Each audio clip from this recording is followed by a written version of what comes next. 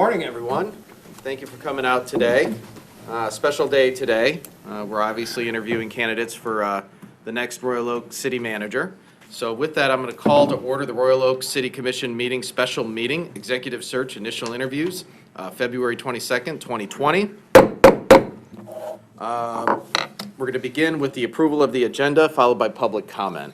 Is there a motion to approve the agenda? Commissioner Perush. I will move approval of the agenda. A motion by Commissioner Perush, a second by Commissioner Dubak. Is there any discussion about the agenda? All right, with none, I'll call for the vote. All those in favor say aye. Aye. Those opposed? All right, we have an agenda. All right, this brings us to item number 3, which is public comment. The same rules apply to public comment as they do to our regular city commission meeting meetings. Please wait till you're recognized by the mayor. Come up to the podium, state your name and address for the record. You'll have 3 minutes. Today, given the interview style, we don't have the normal timer, but my trusty cell phone here will act as the timer. I'll let you know when you're approaching your 3 minutes. And with that, who's first? Mr. Kroll.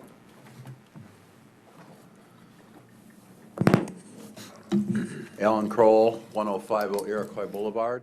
I'm here this morning representing the Royal Oak Chamber of Commerce. We wanted to let you know that we are very interested in this selection.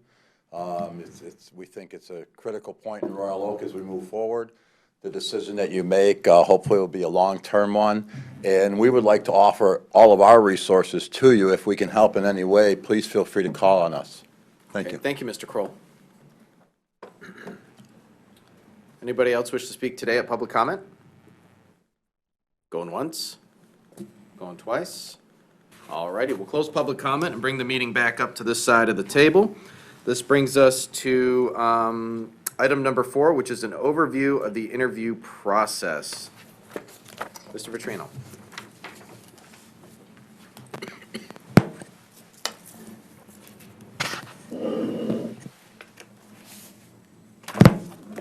Thank you very much, Mr. Mayor, Commissioners.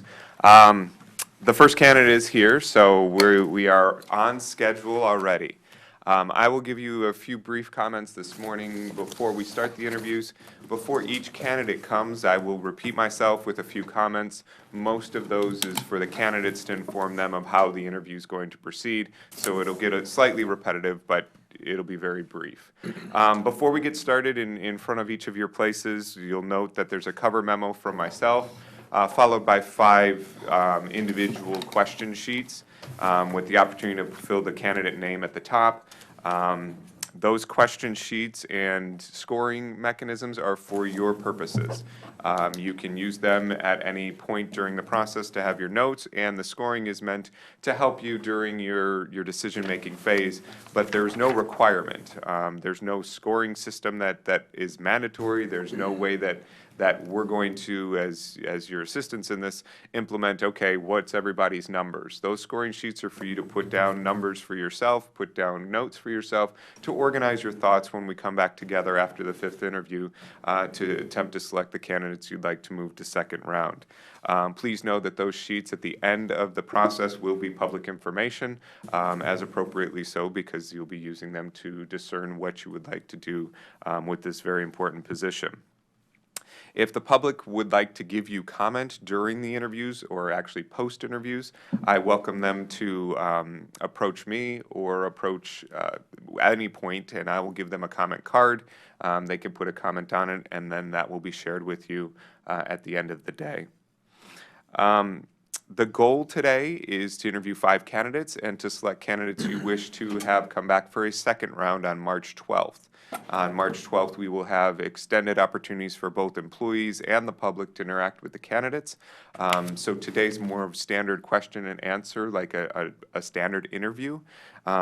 With that, your goal is not to identify the best fit candidate today, but rather a number of candidates that you would like to come back and learn more about. I would encourage you to ask the questions as they appear on the sheet. If you have a clarifying question for a candidate, you didn't understand what they said, or you would like them to repeat something, please be recognized by the mayor and ask that question. If your question has more depth to it for a candidate on a specific program that they may have suggested, you can consider asking that question, but also know you would have an opportunity to ask those deeper questions at the second round interview. It's important that we try and get through all 15 standard questions for each candidate. The interviews will be approximately 50 minutes. That means between 45 and 55. You won't hear me speak during the interview process except for 2 occasions. If you get close to 60 minutes, I'll wave a hand and try and be recognized and indicate that there'll just be a last question. Or if on the last sheet of each of your interview questions, there's questions that cannot be asked in an interview process by federal or state law. If I'm sure your city attorney will be quick to the mic, I know we won't have any issues with those, and those would only be in regards to follow-up questions. I think that concludes my comments this morning, and we're ready for the first candidate if you're ready to receive. Oh, I'm sorry. In terms of format or question asking, I would ask that the mayor ask the first question. I will have no introduction of the candidate themselves.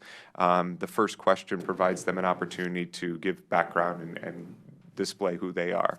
After the mayor, then I would ask that each commissioner ask a question, maybe moving this way around the table, and then it'll come back to the mayor to ask the 8th question, I guess that would be, and just keep moving around the table. It will allow them to engage directly with you individually rather than one person asking all of the questions. Any questions for me? Questions? James, just to clarify for any members of the audience, they can get the comment cards from you, write their question down. They should return those to you after they're done. That is correct. Whether it's a suggested question or a comment on what they observe, I'd be happy to receive those and distribute them. When? At the conclusion of the 5th interview, I will probably distribute all of the comment cards. So that's an excellent question. It's important for the member of the audience to write on the top the candidate's name, and I will remind them when they hand it in of what their comment or question is with regard to. Okay. Any other comments, Mr. Gillen? None from me, thank you. No questions? Okay. I will get your first candidate.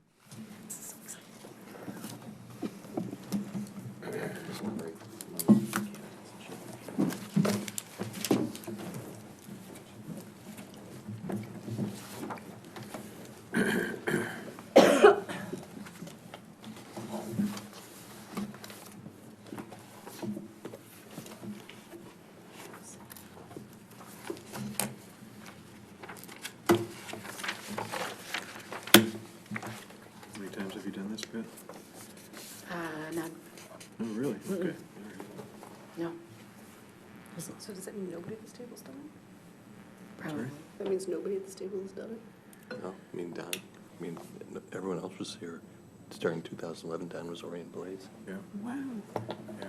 Blazing new ground. That's right, and then you were gone before Bill Baldridge left. So, that's right. Yeah, Okay. and immediately followed him. Larry Doyle did. Yeah, supposed so to order that was fresh here, right? internal. They ordered a variety of bowls. Tom Hoover, were those interviews? I wasn't waiting. Dissatisfied? But we want us But to yeah, go. no, I've never had to do it. Okay. I mean, I count on this place to, That's the green stuff in yeah, you know, brown rice. Everybody was looking to you to be the Tim will Oh, be no. happy. secretary of first Just republic. as much of a I newbie. read that. I thought, well, did Carol just call him and ask her? Carol did not try to reserve, but did you see the little Commissioner Gibbs at the bottom? All right, your first candidate is here. Just as a reminder of how the questioning will start, the questioning will begin with the first question from the mayor, and then each commissioner will ask a question proceeding to your left, our right, and then the candidate will answer that question. Please keep your follow-up questions through the mayor, but our goal is to try and get through the 15 pre-scripted questions. With that, I will let the first candidate introduce himself through the first question to be asked by the mayor.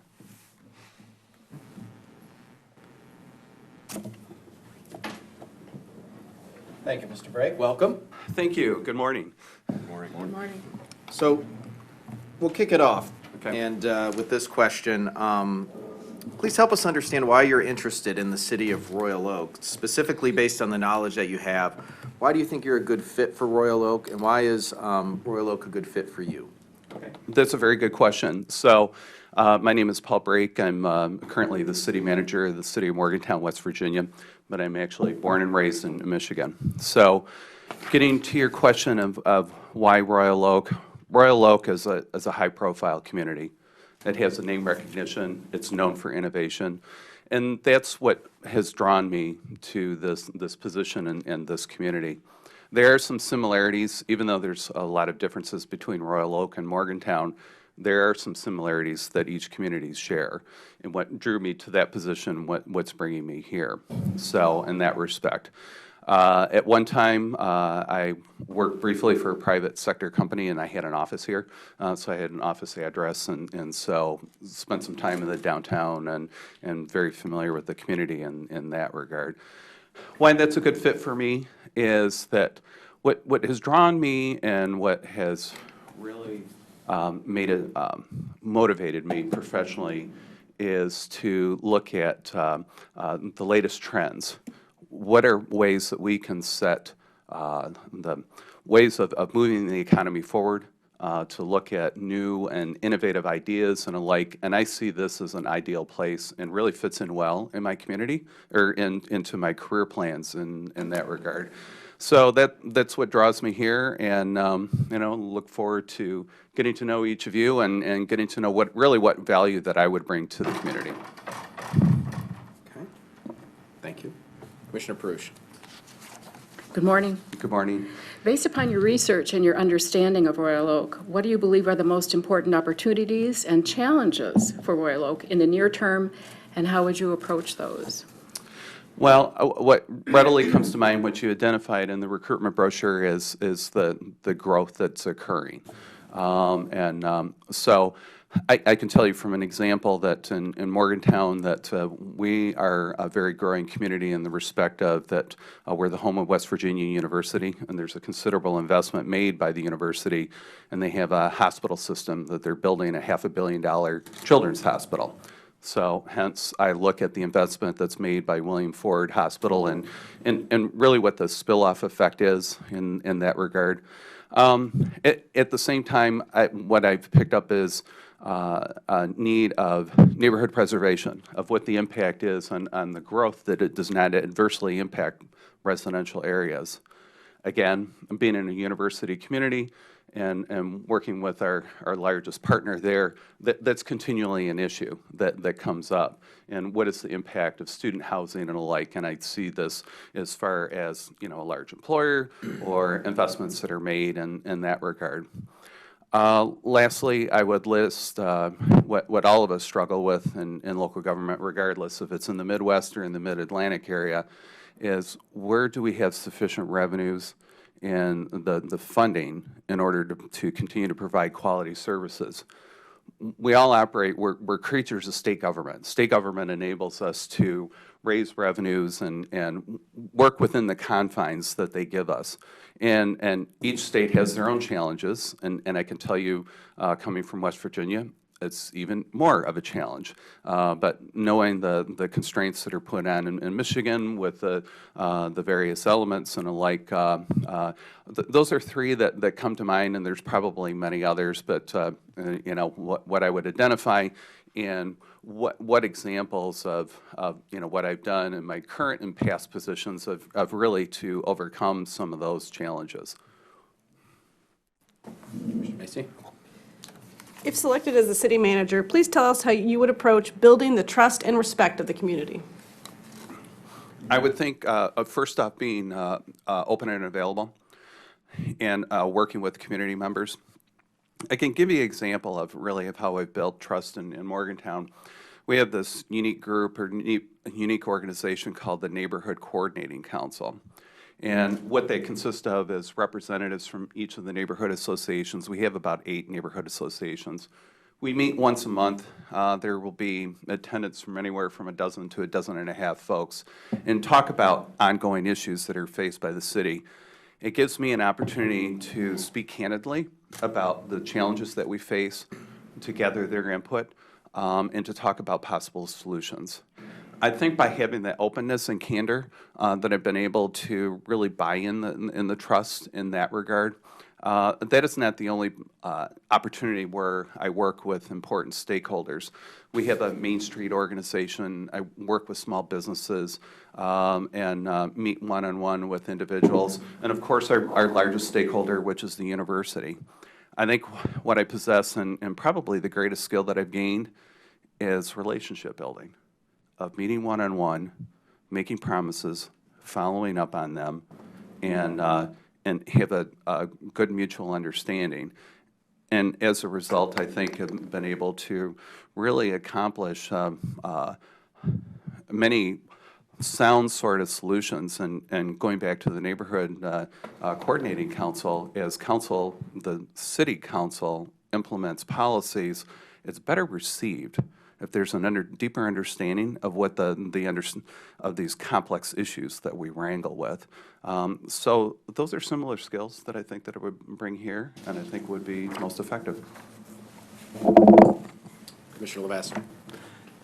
Please describe the process you would follow to comprehensively evaluate the current operations of the city of Royal Oak. And once evaluated, how would you develop and implement innovative improvements? Well, there's the people side and the paper side.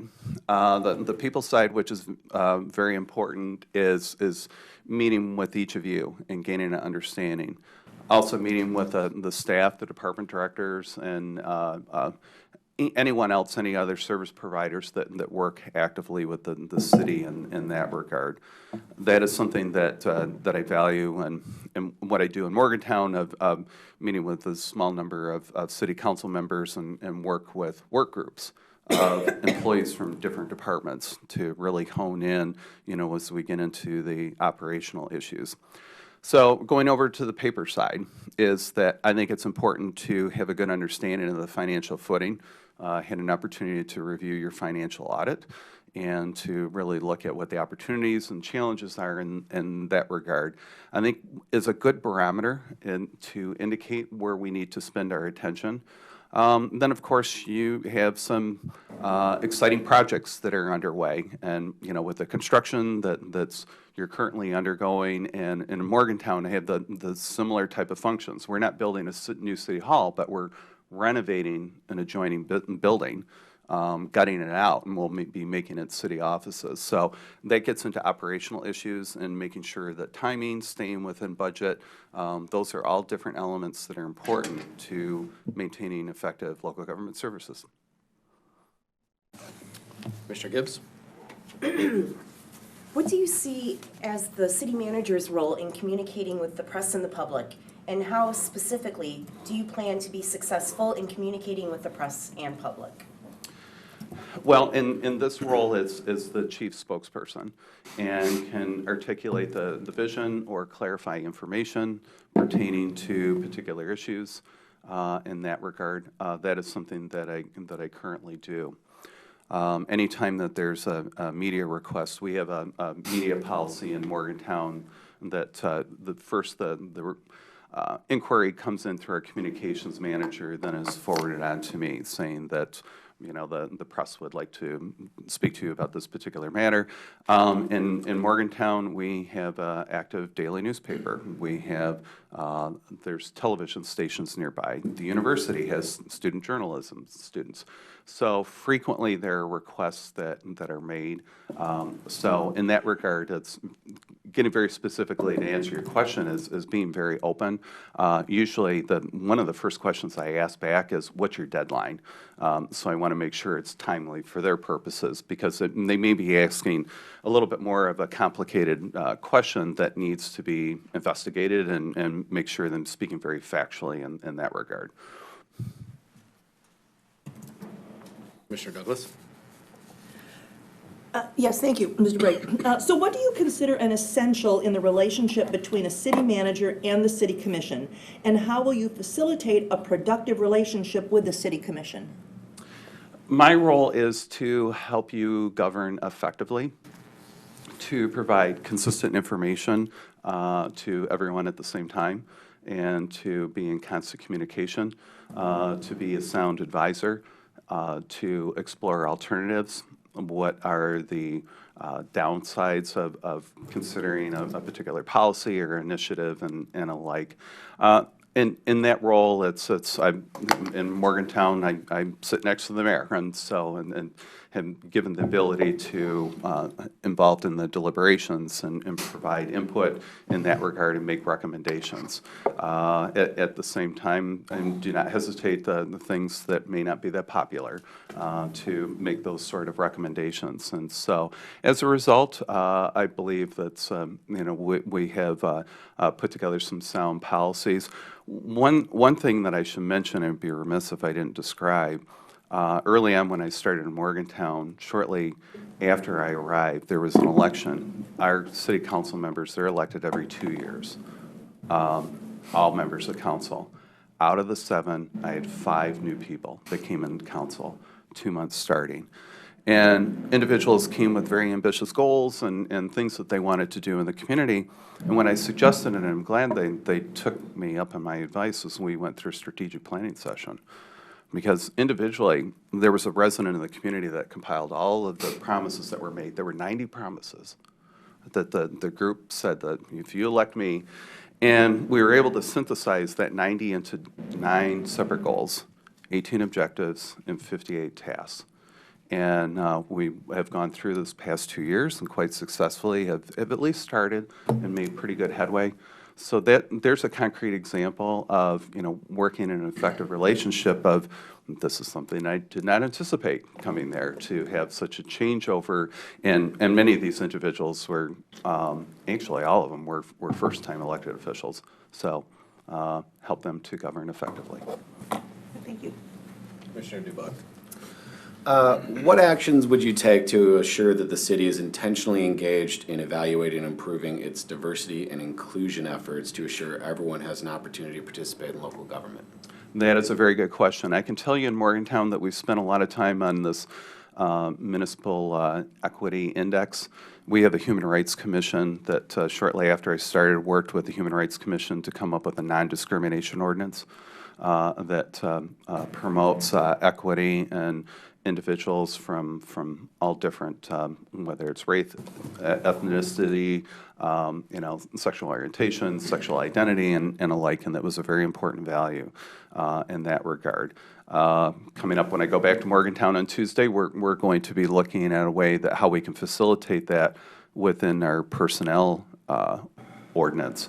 And that we have our workforce is truly reflective of the population in that regard. And putting measurables in. And it's just one thing to say it, but it's another thing to prove it as well. So that's a very important value. And I've gained an even greater appreciation of that, based on that policy initiative that was put forward by council and working with this Human Rights Commission and have worked very tirelessly in that regard. I'm proud of the work that we've done, and really in our case, we're a leader. We're a leader in the state of West Virginia. So that's something that what's interesting in local government is kind of the bottom line is you drive the social conversation to a much broader audience. Thank you.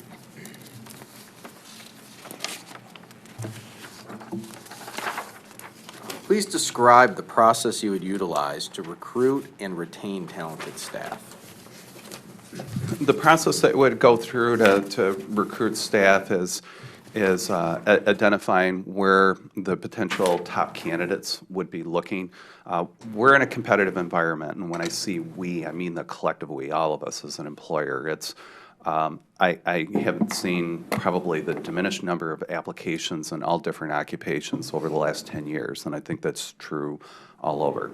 So in that regard, I think we need to be attuned to become the employer of choice and to really look at our benefit package, how we treat our employees, and to make them part of our processes and the like. And I've built that type of system where I've really encouraged employees to have much more ownership. And what I mean by that is decision-making ability. But getting back to the recruitment,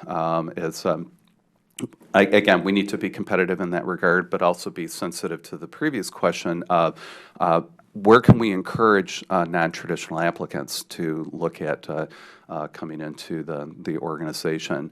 And then with retention, you have to look at that your pay and benefits and make sure that that's par with the what's happening in the industry. Let me close on just one very quick story and gets into the kind of the equity and inclusion. Recently, our Public Works director retired, and I had one of our assistant city engineers, an up-and-coming professional woman that I truly admire, and promoted her into that position. And because we don't have as many women in leadership positions, and part of that, she won the job because of her ability.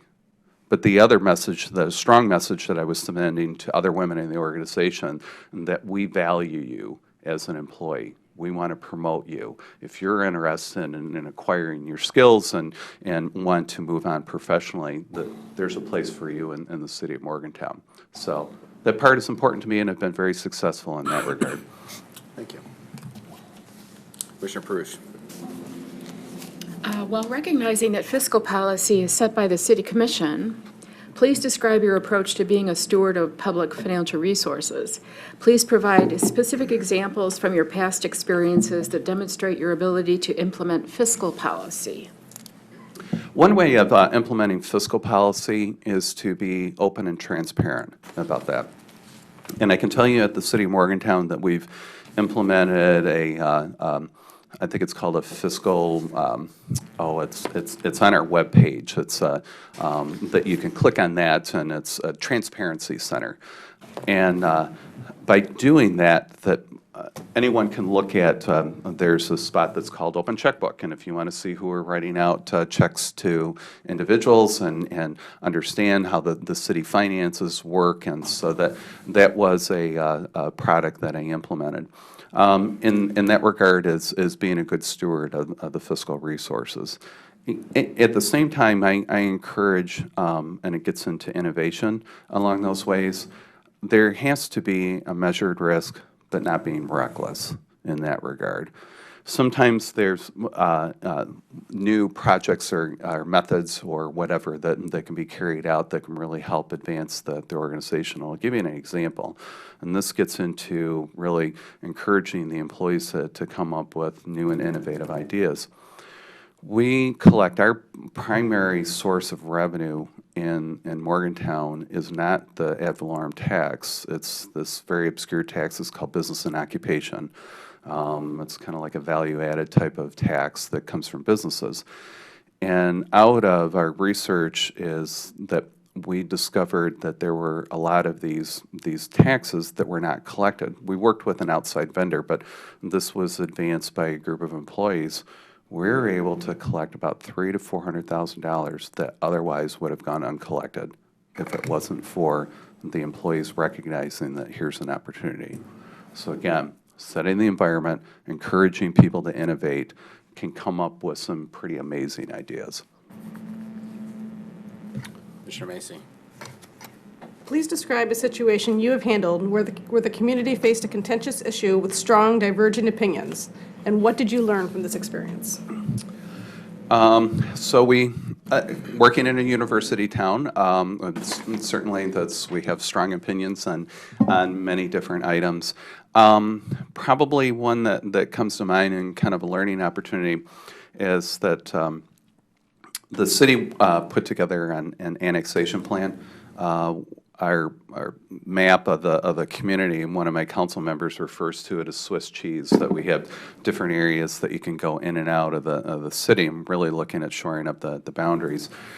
there's really a strong disincentive to come into the city because outside in the unincorporated areas, there's no local zoning, very little regulation in that regard, and the taxes are next to none.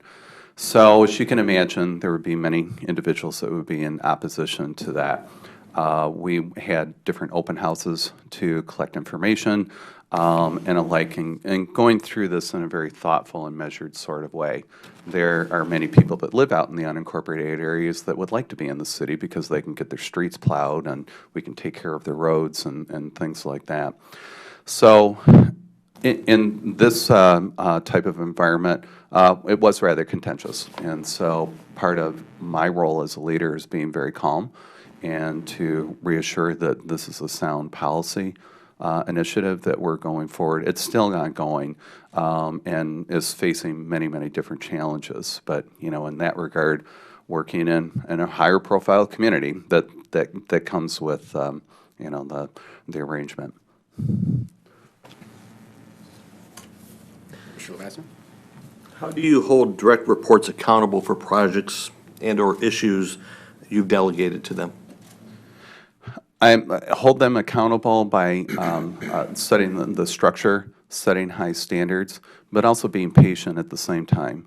My leadership ability is really a servant leader, and how I can enable them to excel in that regard, and reward or to congratulate when we have success, and when there are problems, criticize. So, in that respect, and my belief system is that, you know, have worked well with my direct reports. One of the council members recently, and she's actually said this a couple times, and this is completely unsolicited, that she mentioned that employees come up to her because of me being in Morgantown and what sort of kind of relaxed working atmosphere and before there were problems that occurred and the leadership that I provided and they enjoy coming to work. And nothing pleases me more to hear that feedback. And so I didn't ask anyone to go up to my council member, and it was rather unique. And so I was pleased that she shared that with me. But there are times when there's crucial conversations that I have with individuals, and where there's expectations, and when someone's not meeting those what directives that I give them, that there's corrective action. But so I would think, give you kind of a broad sense of how I work with individuals and how I'm received. Excuse me. Please provide an example where you facilitated an important project through a highly collaborative process.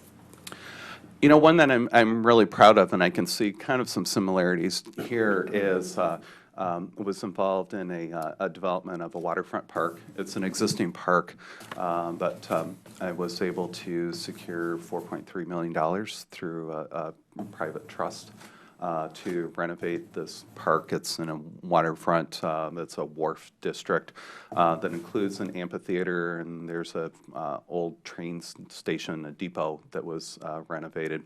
Leading up to that, when you speak of the collaborative process, is engaged with the university as well as river stakeholders. We had a paddleboard group. There were other people that were fishermen's group that were involved in talking about kind of the design and what we could include in this park project. It's nearly completed right now, but leading up to that, it was exciting to really bring all the parties together and to a common goal in that regard. And I think will be a jewel in the community. And so I kept thinking about the project. I watched your video from MKSK of the city park project, and you know, it was just I was in total awe when I saw that, and I kept reflecting and thinking about the changes that we're making to this this amphitheater and riverfront park in Morgantown. Thank you. Mr. Douglas? Mr. Brick, how would you approach the development of a 3 to 5 year strategic plan for the city? Once established, how would you facilitate the execution of such a plan? Well, as I mentioned in an earlier example, we went through the strategic plan, and I think the 3 to 5 year is probably a realistic timeframe. So there's two ways that can go about that. Is depending on what the desires are of those, the key decision makers of if we keep this contained within a smaller group, or if we broaden that to involve input from the community, and to gather that input and really make this a much larger collective process. And it really depends on the community. And I can't say one works better than another, but how that's received. But obviously, the greater input that you gain would facilitate greater buy-in to whatever changes that are brought about. So in the strategic plan that we put together, there were measurables and came back, and I referred to them on a couple occasions. One, through the budget process, I referred very specifically, I made the connection, I made the dotted line on we are funding these new initiatives as you identified through the strategic plan. Secondarily, on an annual basis, came back to the city council and said, this is where we're at. And continually, in meeting with the department directors, we have weekly meetings, and would challenge the directors to say a reminder of that, hey, we set out that we're going to accomplish these type of objectives and things like that. And that revenue collection example that I gave earlier, that was one of the strategic initiatives that was included in there. So as a result, I think it's moved us forward, and it sets a good message out to the community that we're focusing on positive change and really controlling the narrative of what is the direction that we want to take the community. So I highly recommend that process based on the successes that we've had, and would look forward to taking part in that here. So nationally, the average city manager tenure is 4 years. So if you were to be Royal Oak's next city manager, how long do you predict your tenure here could be? I would say a minimum of 5 years in that regard. It's and probably longer. So I'll get this out right out in the open. I'm not looking at Royal Oak as a stepping stone for somewhere else. Really where I want to be in my career, and I kind of alluded to this in the beginning, is I kind of think of myself as a futurist, and I'd like to be kind of more of a thought leader and be engaged more kind of in a regional conversation in that regard. And that's a direction of the career that I want to take. Now, granted, in the city manager profession, I remind my wife this and others that I work in a rough business, and sometimes change can happen that I cannot control in that regard. And so I got to be a realist in that regard. But in terms of looking at coming here, I really want to establish my roots here. And again, what I mentioned before is based on, there's just so many attractive elements and things that I would really want to be engaged in, not only work, but outside of work as well. And that's what I, term a good life-work balance. We have one last prepared question that really touches upon what you just described in your last answer. But before we get to that, I want to ask one question that I think is important to this commission. What role do you see a city manager playing when it comes to combating climate change and promoting sustainability? And can you give some examples of maybe what you've done in Morgantown? I'm glad you brought that up. So the arrangement is in Morgantown. I wish I could take credit for coming up with this, but there is a group that's appointed by the city manager called the Green Team, and looks at various environmental initiatives. And being tied to the university community, the reports that they produce, I'd be spending hundreds of thousands of dollars of consulting sort of information. They have some incredible minds that make some sound recommendations. But getting back to your question, very specifically, they came with, put together this report that deals with all the facilities that we own, and we have aging buildings, like just about any other city, and probably are not the most energy efficient. And they looked at very specifically at the, furnaces and commercial lighting and things like that, and where can we set the trend in terms of reducing the amount of electricity that we use? And so it had very specific measurable sort of outcomes. And we've spent, sometimes you have to spend money to save money of retrofitting, the new lights and putting in new boilers and alike. So that is a very specific example that we have made some headway, particularly within the last 2 years and working with the Green Team. Very proud to say that one of the recommendations that they made, we were able to secure a grant. We just hired our first recycling manager, and recycling is very important to the residents. We have single stream recycling, but yet there's challenges that are in the industry on recycling glass and all sorts of nuances that I could go on about. But nevertheless, we think about that of what is our impact on, what is our carbon footprint. And the important message is that as a leader within the organization, our hope is that whatever we do, that other businesses, the university, will follow our lead. And that's where it's an impactful change. And that's why I think it's important at the local level. Thank you. So another question here, this is really sort of the one that, you kind of alluded to earlier. Would you like to provide a 2 to 3 minute statement regarding your interest in the position? Why you're interested and kind of help manifest it all into a 2 to 3 minute statement if you can. Okay, all right, I'll try to keep within that amount of time. So, I'm a transformative leader, a strategic thinker. I'm also a very patient person and very calm, and it sets the tone of the leadership that I bring. And I think all of those skills would lend well, would enable me to be successful. This is, as I keep going back to, that, you're really the leaders of innovation, and that's something that I want to be a part of. So I'm not out, you can talk to James, I'm not applying for any other jobs.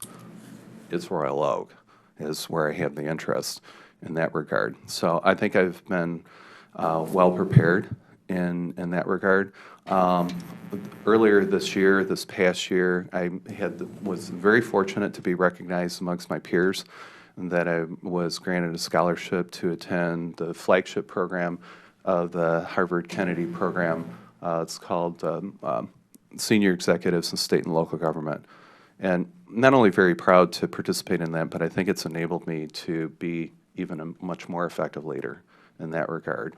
And there's things that what I've gained out of that program that I think would bode well, that I would like to implement here. So I appreciate that recognition, and I think I hopefully in the answers that I've conveyed to you, that I would be a very effective leader as your next city manager. Thank you. Everybody good? Good. And do we have the opportunity to ask some follow-up questions? Yeah, Okay. this would be the time. If we do, I think we have to ask them to every single candidate, so just be mindful of that as we add time on. Well, I think if The there's first questions, candidate. Well, they're a irrelevant. couple clarifications, I think that's what we'll Okay. open it up There, to. that's what we're talking about. This would not apply to other candidates. Ms. Brake, you spent a year working in the private sector. Yes. And I wondered what you found to be the differences or the challenges of managing professionals in a private environment versus managing professionals in a municipal environment, and maybe what lessons you learned from your experience there. There was a lot of similarities in that we were a municipal government provider, so what motivated the employees were very similar. The compensation was very different than it is, there's certain things you just simply can't do in the public sector in that regard. Everything is really driven around metrics of turning a profit, which is entirely different than the public sector. I think it's given me a new insight, especially in private-public partnerships, as you have here in the Civic Center, as you have providers that carry out services. And I think that's been helpful for me to gain an insight of working with private providers. So just very quickly, that's kind of the difference. But, the employees were, kind of very similar to, a lot of them were former municipal building officials, and so were kind of reminded me of city employees that I've worked with throughout my career. Good, oh, thank you. Any other clarifying questions? I just had one clarifying question. It's pretty targeted, but it's of interest to me. Just when you talked about retaining and maintaining employees, one of the questions I have is, I take it you've hired people before? I have many. Departments? Have you fired department heads before? I have. Okay. Thank you. Yeah. And not anyone on our staff should worry about being fired. It's just an important thing to know if somebody has gone through those trials and tribulations of restructuring. That's sort of the merit. Very quickly, I want to add that there has been situations that I've been very proud of that I have been able to save someone that's on the cusp of letting them go, and to recognize where there's someone that's worth giving a second chance. Okay. Good. Good. Any other clarifying questions? All right, Mr. Brake, thank you for taking All time right. out of your Saturday and Well, making thank you for the arrangements to come privilege of visit your us. time. Thank you. Safe travels. Thank you.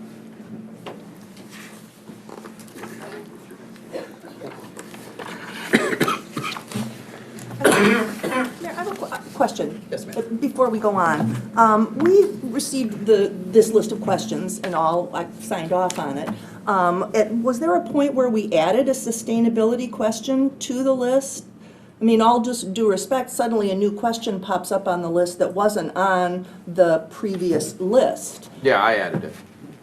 Did we see that? No, I added it, and per our general instructions, we are allowed to ask, we have blank questions forms in here if you want to ask additional questions. So we have the opportunity, Commissioner has the opportunity to add a question. So that's the only new question around the table? I had the same question. Commissioner Macy? Well, I mean, I think even if it weren't, we can't add one now. Because I think asking questions like that, particularly to individual candidates and then not asking it to other ones, is providing an opportunity for some candidates, perhaps unfairly. I actually feel a little bit the same about the question that you asked, about you gave him an opportunity to describe a piece of experience from his resume, but we aren't asking anyone else, or at least as far as I know, things from their resume. I feel like if we're this interview is the one that's supposed to be consistent from person to person, and then we can delve more into the details of each. And every applicant will be asked the same 15 questions. Keep in mind, maybe for some of us that may not have the experience hiring and going through interview process on a professional situation, this is an interview process, it's not a questionnaire, I mean, they could fill out a questionnaire, but we're here to, learn more about the candidates, and I think it's okay to ask clarifying questions, just like Mr. Vitrino explained. And I think, just like he explained, if there's a burning question that a commissioner has, I think the opportunity right now. However, when we narrow it down to 3, obviously those questions will be more targeted towards that individual, their experience, and how it applies to here. So you're right, we don't want to go way off into left field or right field, but I think if there's a little bit of agility to ask questions that are important to us, I think we should. But I think if we keep with these 15 main questions, we'll get a good, fair assessment among the candidates, but we should be asking clarifying questions. That's part of the interview. Commissioner Macy. I've stated how I feel about that, but I will also say, I think at this point, we should add that sustainability question for every I plan person. on asking it to every candidate, to be clear. Commissioner Perush? I don't have any problem with asking clarifying questions, and I think Commissioner Douglas's question was kind of on the bubble. Is it an actual additional question, or was it a clarification? You could go either way. On the other hand, I think if you had thought of additional questions that you wanted to ask, like your question, Mayor, I think it would have been good for you to have communicated that specific question to the rest of us before this point in time. I don't have any difficulty with the question. I think it was a fair question. But on the other hand, I think it would have been beneficial for all of us to see it ahead of time. Sure. But I thought of it this morning, and I think also, too, in the memorandum that we received on Thursday afternoon, that it also says that if there are other questions, there's blank spots, and any commissioners, has the opportunity to ask them as well, so.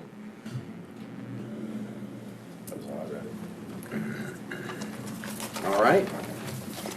Thank you, Mr. Mayor and Commissioners.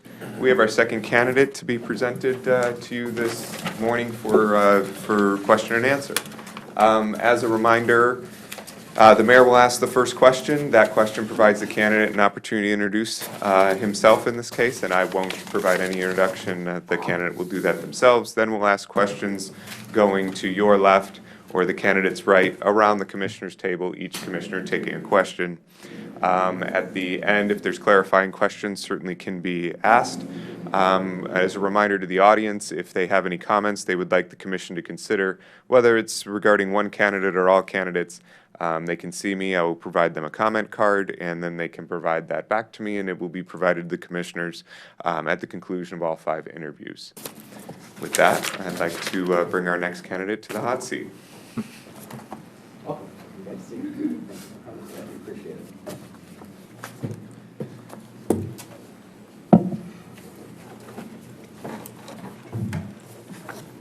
Mayor, before we begin, I'm having a really difficult time seeing the candidates. Thank you. Because Yes. of the Oh, is way the the sun sun- is reflecting. Can we kind of adjust the blinds? Not the farthest one, but the next 2 from the back wall, that would be, thank you. Right there Because between the I just camera. want to know if the candidate is wearing purple and Yeah. green stripes and has polka dotted hair, and I'm kidding. I'd like to be able to see you. Thank you. Totally okay. Yes, the next, Yeah, we'll just do the first 3 there, that's fine. yeah. Yes, please.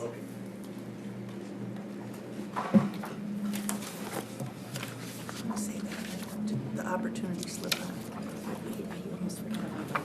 All right, we'll wait till the distraction is done before we kick off the first question Hoping here. that light would make a halo over top of my head. All right. We'll jump right in if you're ready. I'm ready. Okay. So please tell us why you're interested in the City of Royal Oak's city manager position, specifically based on your knowledge and understanding of the city. How are you a good fit for the city, and how is the city a good fit for you? Well, first, I'm a resident of Royal Oak, I mean, first and foremost, so obviously Royal Oak is near and dear to my heart. I'm raising my family here. We're attending public schools here. I have 2 daughters attending public schools here. I have a vested interest in this community. I manage Oak Park. I've been there for 8 years, just nearby. And, for me, I'm probably as close to a turnkey candidate as there is, I think, because so many of the things that we're dealing with in Oak Park, are being dealt with over here, and in most cases on a larger scale. And then also, lastly, it's the prospect of managing Royal Oak right now with all the great things going on that you folks have been involved in is pretty darn exciting. For me, there's only a couple of city manager jobs in the entire state that I would consider leaving Oak Park for, and this is certainly one of them. Thank you. Commissioner Perush? Based on your research and understanding of Royal Oak, what do you believe are the most important opportunities and challenges for Royal Oak in the near term, and how would you approach those? Well, first, there is an infrastructure issue. There's an infrastructure issue in many of our communities, including in Oak Park, where I manage now. So putting together a plan of attack that is not just comprehensive, but can deal with the short term is paramount. Delivering public services in general delivering public services in general with public finances the way that they are, with very little assistance from the state and so forth, in a land of diminishing returns, is becoming more and more difficult. So finances has got to be right up there, keeping a long-term financial stability on pace. Economic development. I think economic development is the third one. It needs to, obviously, downtown Royal Oak has been booming. I think that's wonderful. It is, in my opinion, as a resident here, I think what's good for downtown is good for the rest of the city. But there are opportunities out there in the neighborhoods too, and I'd like to see more opportunities taken to develop some of the commercial spaces in the neighborhood, certainly in mine. So I think those 3 things, and then I think, lastly, I think communications. Communications has got to be something that's always the focus. I know, in my day-to-day life as a city manager of Oak Park, and I have about 190 employees in Oak Park, and Oak Park's a little bit different. We have public safety. In fact, we were the first public safety department in the country. Oak Park kind of created that model, and it's obviously different here. But, communications with all of my staff, all of our residents, my city council members is absolutely critical to everything we're trying to do. At its core, miscommunication is what drives, or lack of communication is what drives, people to go the opposite way and not support certain things that you're trying to accomplish. So I think those four things are critical. Commissioner Macy. If selected as the city manager, please tell us how you would approach building the trust and respect of the community. Well, it's like, I would say the same thing regardless of the community. Building trust and respect is being trustworthy and respectful. I like to think I'm a very, very honest person, and if nothing more, I show every single person I interact with respect that they deserve. And when you generally approach other people that way, whether it be residents, employees, whatever, you'll get it in return. I keep my word. I don't play games. I don't do anything like that. And generally speaking, employees especially relate to that. Commissioner Lavasser. Please describe the process you would follow to comprehensively evaluate the current operations of Royal Oak. And once evaluated, how would you develop and implement innovative improvements? Well, I think what I could say here is, in any, if I'm given the position, if I'm fortunate enough to be given the position, the first thing is, I would go on a listening tour. And that gets back to this idea of respect. I want to make sure that every employee is heard. In fact, in Oak Park, I meet with every single employee on a bi-monthly basis, and I've been doing this now for 8 years. So we sit in a room with every single employee and have a full-hearted discussion. And it's amazing how many, misconceptions and things are squelched because we do that. We take the time to do that. So that's the first thing that I would do, is go on a listening tour. After the listening tour is complete, obviously, then you have to do a sober evaluation of what's going on. I've done a lot of research in terms of looking at, Royal Oak's budget and some of the goals and objectives that you folks have set out. And, Royal Oak is on solid footing. They're in a good place right now. There are definitely, as there is anywhere, going to be opportunities to save money. One more example I'll give you of saving money in Oak Park is when I came into Oak Park, I don't think it had ever been done where they went through and did what I just said, which is listen and evaluate. And one of the things that we found in Oak Park was our bonded debt was sitting out there at, 5, 6, 7% interest. And for all of you in the room who know that, the interest rate environment has gone way down. The Fed's cut rates several times, as a matter of fact, here. And we saw an opportunity there for bonded debt, taxpayer-funded debt, to go out and refinance those bonds, take a penalty, amortize the penalty into the remaining amortization of the bond, and save taxpayers money right directly out of their property taxes. Opportunities like that, another example I'll give you is LED street lighting. We are one, in Oak Park, we are one of a handful of communities who have gone to entire LED streetlights throughout our community, our entire city. And, one of the reasons that communities like Oak Park tend to shy away from that initiative is because of the upfront capital cost to do so, to transition over to LED streetlights. Well, turns out the payback period for LED streetlights is about 3.5 years right now. And the payback, the savings after the 3.5 years is up, is for us about $150,000 a year, which is, sounds small, but it all adds up and it certainly adds to the bottom line. So things like that, that's a strategic thing that we can do to save taxpayers money. Ms. Gibbs? Commissioner Gibbs? What do you see as the city manager's role in communicating with the press and public?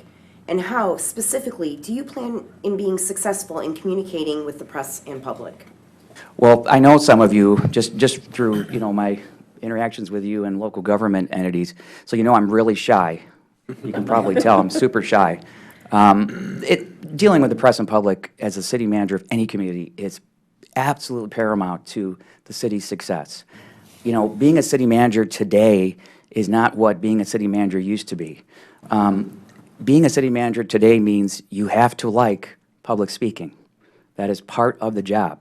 You'll note in Oak Park, I public speak probably on a daily basis. I even host my own television show in Oak Park that I run every other month, and I've been doing it now for 8 years. And on my television show on our cable station, I bring in guests who, you know, are presenting things that might be of interest to our residents. I don't have great ratings, but but it's just one more thing that we can do to get the word out there. So, you know, regarding the public, I have an open door, no matter what.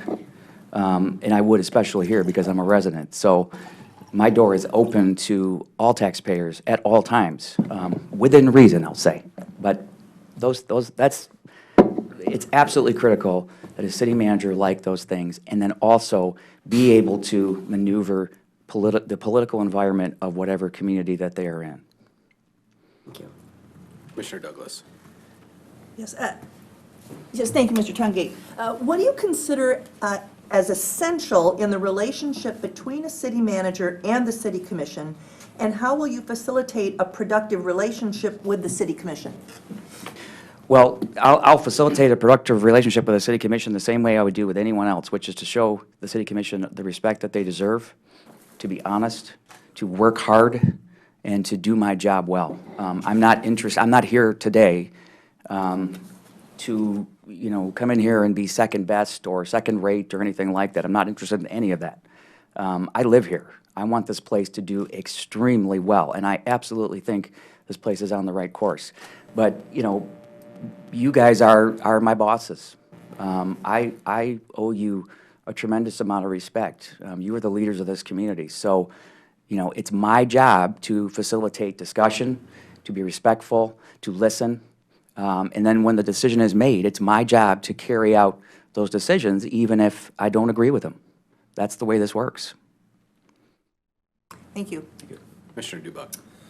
So, what actions would you take to assure that the city is intentionally engaged in evaluating and improving its diversity and inclusion efforts to ensure that everyone has a voice and an opportunity to participate in local government?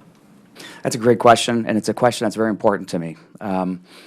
From an inclusion and diversity perspective, let me give you an example of what we did in Oak Park. We were, you know, Oak Park, our public safety department is one of the most diverse in Southeast Michigan. I'm very proud to say that, and we've made a tremendous amount of strides lately. One of the things we did in public safety, because we were having trouble attracting candidates from other groups, and one of the things that we did was we amended our budget to go out, and we were willing to pay for some candidates to go through either the fire or police academies, and we were going to go out and do recruitment. We started recruiting through the Michigan Chronicle and some other publications, and it has been very fruitful. I'm very proud of that. You know, not many departments are that diverse, unfortunately. But I also wanted to use this opportunity to explain to you my position on diversity in general. You know, diversity for diversity's sake is no good to anyone. Diversity, in my view, is a strategic advantage. And I see this every time I have a department head staff meeting, when I have my staff of 11 department heads sitting in the room, and I look around the room, and the majority of them are women, which I'm very proud of, and minorities. I'm very proud of that, too.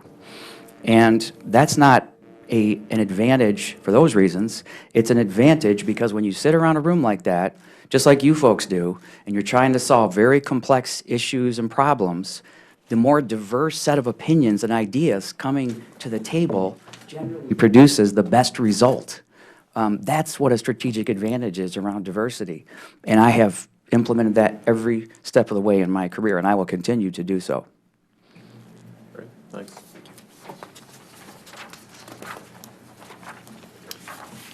Please help us understand the process that you would utilize to recruit and retain talented staff. Well, you know, this gets back into, after this, you know, 90 days of of listening and being respectful of employees, it gets back to doing the evaluation. So, you know, how do we stack up in terms of our pay scales and our benefits and all of these various things? Are there things that we can do? And I can give you one example. You know, one fringe benefit type thing we can do here, because Oak Park is also a member of the My Life Health and Wellness Center. And by the way, just so you guys know, I'm a huge believer in health and wellness, because the more wellness your system is based, the more money you are going to save. And you can look at Oak Park's budget, and we are a hard cap community. And for those of you that know what that is, we have maintained, for the 8 years I've been there, 8 budgets, we have always been under the hard cap. If you can imagine that. And we're doing it because we're managing a healthcare system of wellness, not sickness. And the Health and Wellness Center is one way to do that. Well, when I look at what the 5 cities in the consortium, Royal Oak being one, are offering their employees as an incentive, Royal Oak offers no incentives to their employees to attend the Health and Wellness Center. It's the only community of the 5 that does not offer any incentives. That's a concern.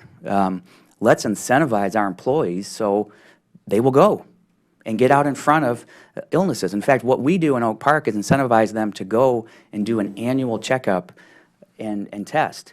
We have actually found, in a few instances in Oak Park in our employee base right now, major ailments that we were able to get out in front of and save people's lives. If that's not the most important thing, I don't know what is. So it's that serious. But that, in my opinion, is the way to you know, rescue healthcare costs, which are just out of control. So I hope I answered your question okay.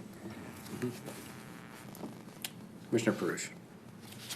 While recognizing that fiscal policy is set by the City Commission, please describe your approach to being a steward of public financial resources.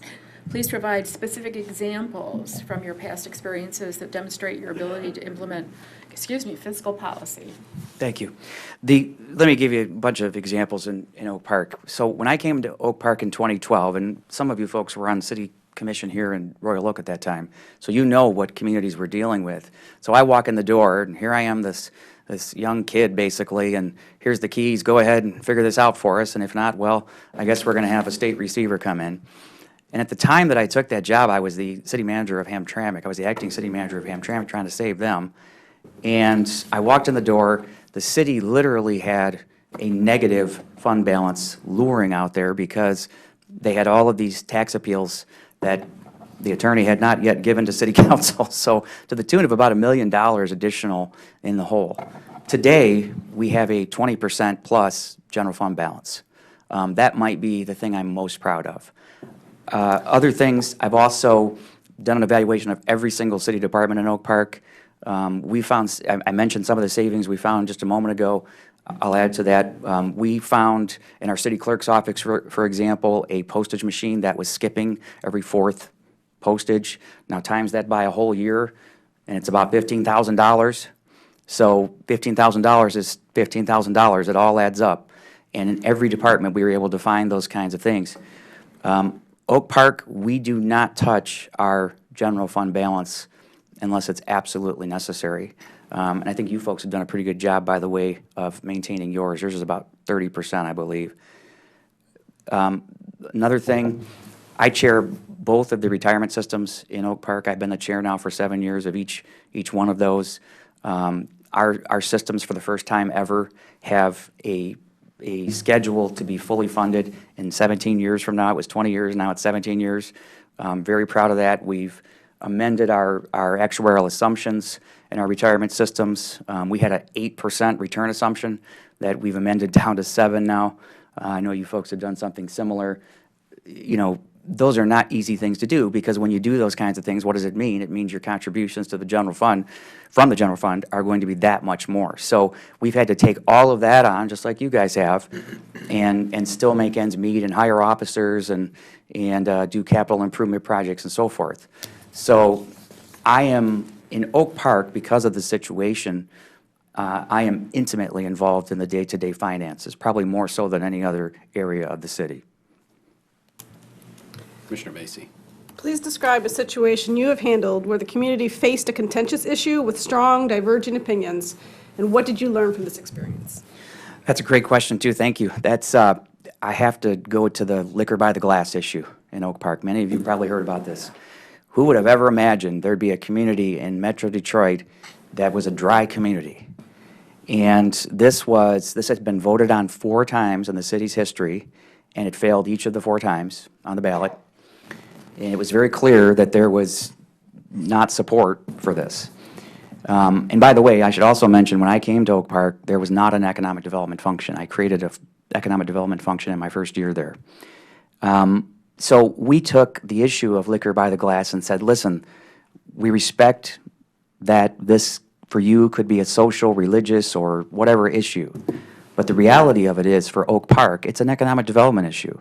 By not allowing liquor licenses for restaurants in our city, we've essentially strapped ourselves, and unwittingly, to lose business development opportunities. And you can see that as a result. You're seeing now, since it's passed, and we went out and did 4 town halls. I probably sat in 100 living rooms, and we did flyers, and I wanted everyone possible to know that it was not our intent to disrupt their religious views or whatever. It was our intent to economically develop the city. Today, now umpteen years later, we are using liquor licenses. And by the way, in the beginning, we had 26 of them available. You guys would love that. You'd have, opportunities all over the place.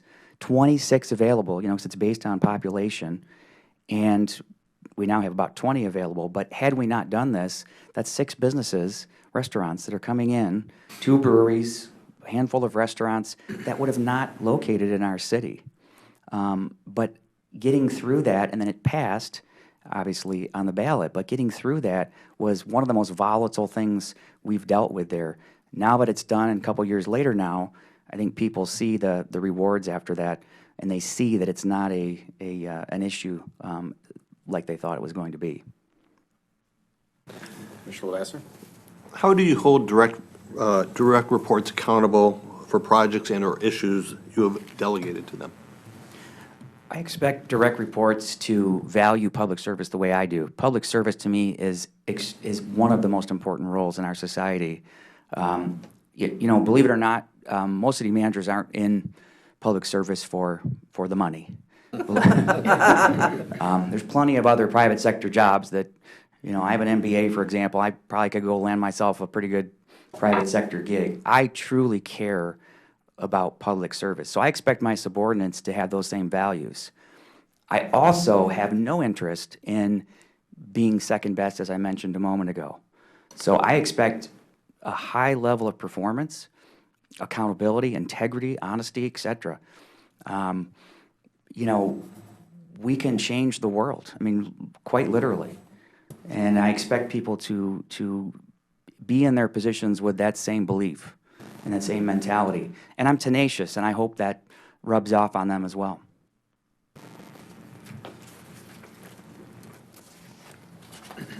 Commissioner Gibbs?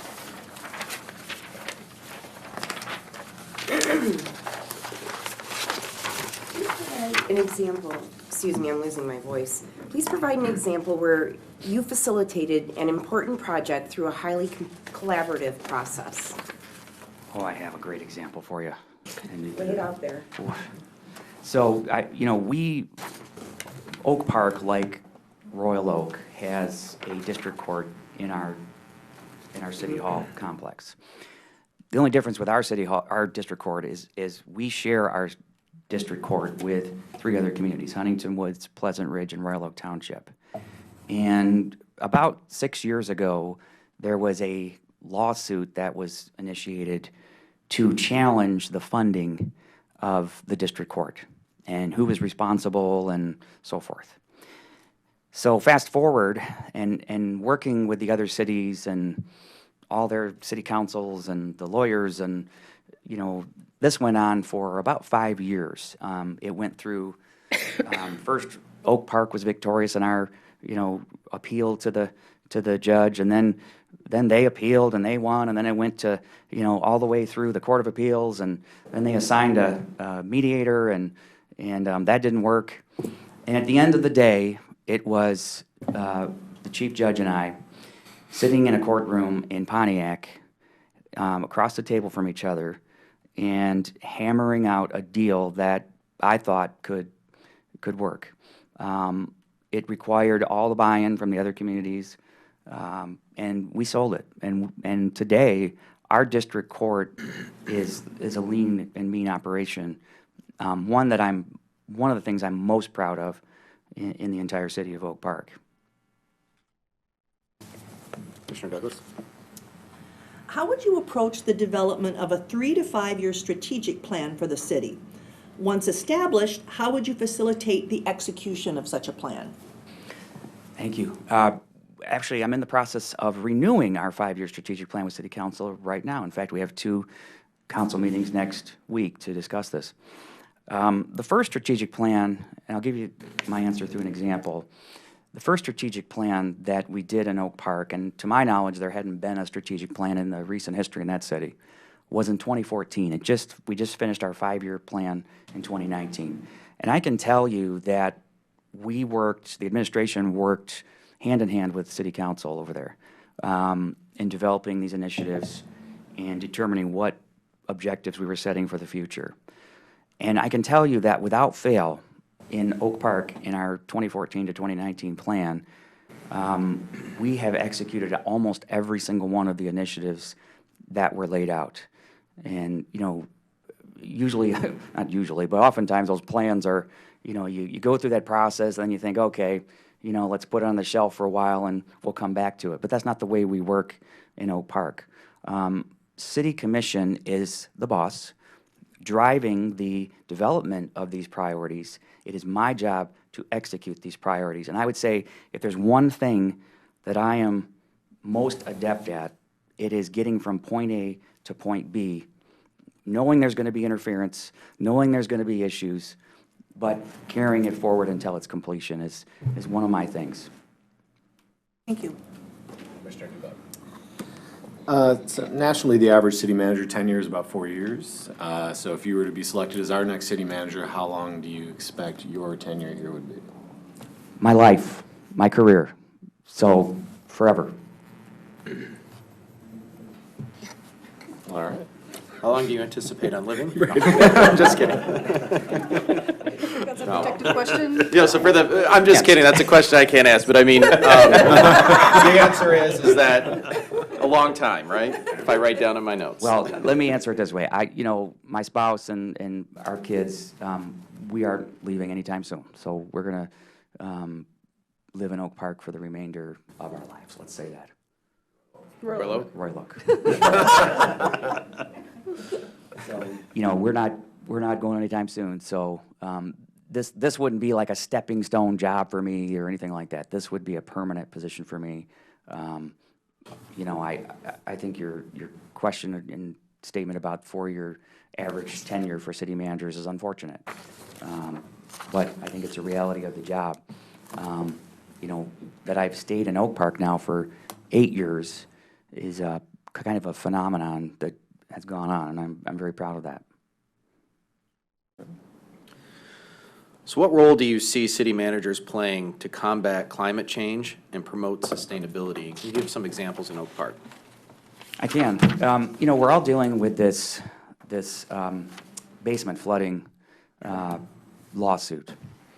And while I don't want to get into specifics of the suit or anything like that, I do want to say this. I do think all of these issues with water runoff and all this other stuff in the previous suit even, I think, to be a little bit of a visionary here, I think this provides cities like Royal Oak, like Oak Park, and others to put together practical, not hypothetical, but practical,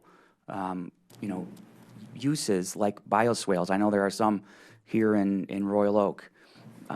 That's a practical thing when you look at the reality that people are going to be possibly be charged for runoff. So it's no longer a hypothetical that people think the far left is doing. This is now a reality. So it's a good business practice and practical to do so. So I think city managers can work with the city commission to say, hey, bioswales is one thing. Here's 9 other things that the city could be doing and recommending to its businesses and residents, rain barrels, for example, I think are going to become a thing, to thwart the high costs of water runoff. And this is going to be an actual help to our environment, ultimately. And that's one thing.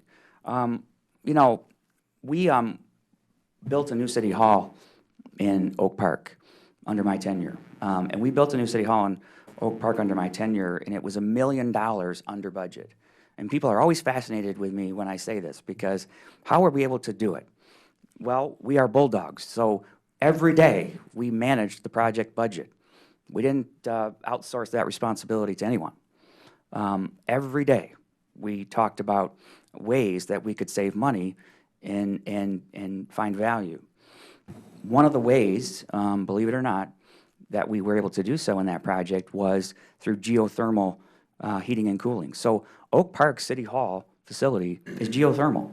We dug 90 wells next door to our city complex that, yeah, it was more expensive to do so during the construction of the project, of course.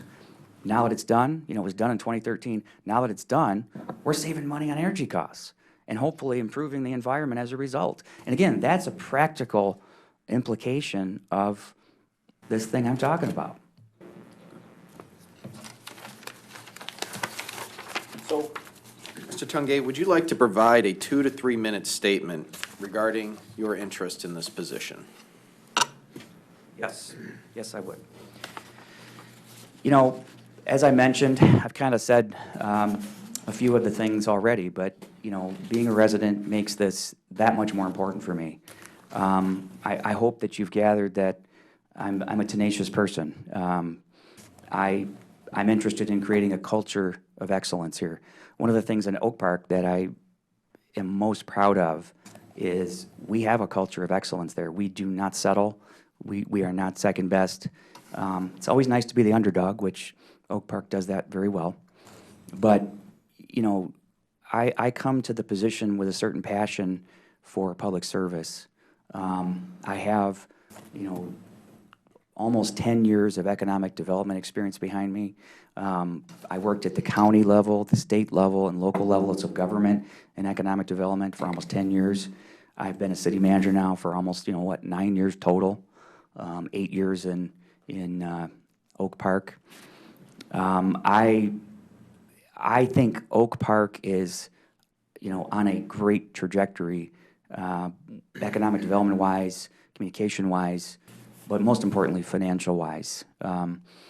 Those are the things that I bring, and I think somewhat uniquely to the table. I also have an MBA, which I think is pretty unique for city managers. Most don't have that. So I take a really, business approach to the daily agenda of what needs to be accomplished. So I think that's a pretty unique skill set. And as I mentioned a moment ago, I'm definitely someone who could step into the job, not be afraid to public speak, not be afraid to, take the reins and get the job done for you folks, because that would be my job, is to get the job done for you, and I would. Thank you. Any other questions, clarifications from the commission? Okay. Mr. Tungate, thank you for your time today. Thank you. Traveling all the way from Royal Oak to Royal Oak, we appreciate it. It took me a total of 3 minutes to get here today. Are you walking home? Thank you. Can I take a 2-minute break? Yeah, we'll take a 5, James, we're just gonna take a 5-minute recess real quick. So we're gonna take a 5-minute recess. We'll be back in 5. All right, we'll call the meeting back to order. And we will await the presence of our third candidate, unless there's anything administratively. No? Okay. We're right on schedule here. Right on schedule. You've been a couple minutes ahead. All right. I think we are ahead. On time and under budget. I guess that's what happens when you're on script.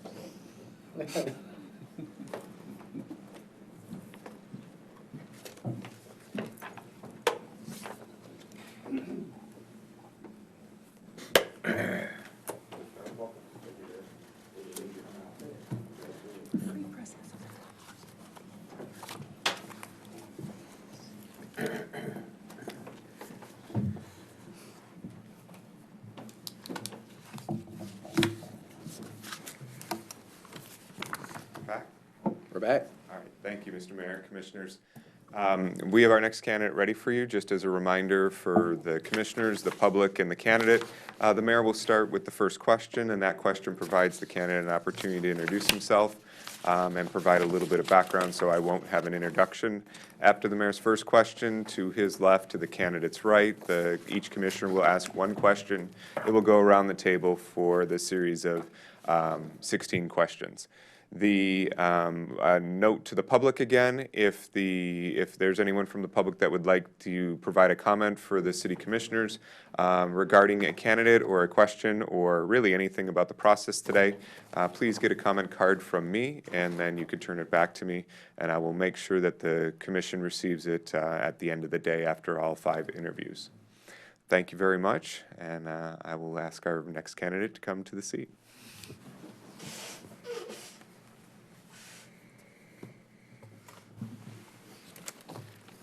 Good morning. Charles, welcome. Good morning. Thank you, Mr. Mayor. We'll fire off right away, okay? Good. All right. So please tell us why you're interested in the city of Royal Oak, specifically based on your knowledge of our city. How are you a good fit, and how is our city a good fit for you? Thank you, Mr. Mayor. First and foremost, thank you to the mayor and the commission for this opportunity. I look forward to our conversation this morning, so looking forward to it. How am I good fit for this community? Why am I attracted to it, and what makes us work for this? Been in the municipal management field for a number of years. You look at communities and cities, communities that are very desirable. Royal Oak, for me, hits all those great things. Great downtown, great neighborhoods, great socioeconomic diversity in addition. It's not just simply a homogeneous community. You have different dynamics going on. Obviously, a very thriving community. The skill set, the opportunities, the things that I bring to the table is simply that understanding of how cities work, what makes them great, helping move communities forward. During my 15 years and how we went through a number of different dynamics, we survived a minor economic recession around 2008. I think everybody was aware of that. Getting the community through that while letting downtown thrive, our neighborhoods thrive, and also completing rehabilitating 30% of our infrastructure during that entire time period. Really, I think that skill set marries very nicely with what Royal Oak has to offer. Okay, thank you. Commissioner Prush? Based on your research and understanding of Royal Oak, what do you believe are the most important opportunities and challenges for the city in the near term? And how would you approach those? Near term is, Royal Oak obviously has a lot going on with its downtown development projects, things going on. You have a lot of growth going on. Finding that balance between downtown, your neighborhoods, blending the two. Obviously, the major project going on in downtown with Henry Ford, reconstruction of your Civic Center complex, it's an immediate focus for the community.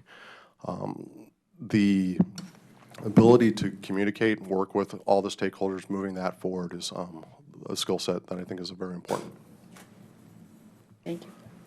Commissioner Macy? If selected as the city manager, please tell us how you would approach building the trust and respect of the community. Short answer is getting out, communicating with it, identifying the various stakeholders.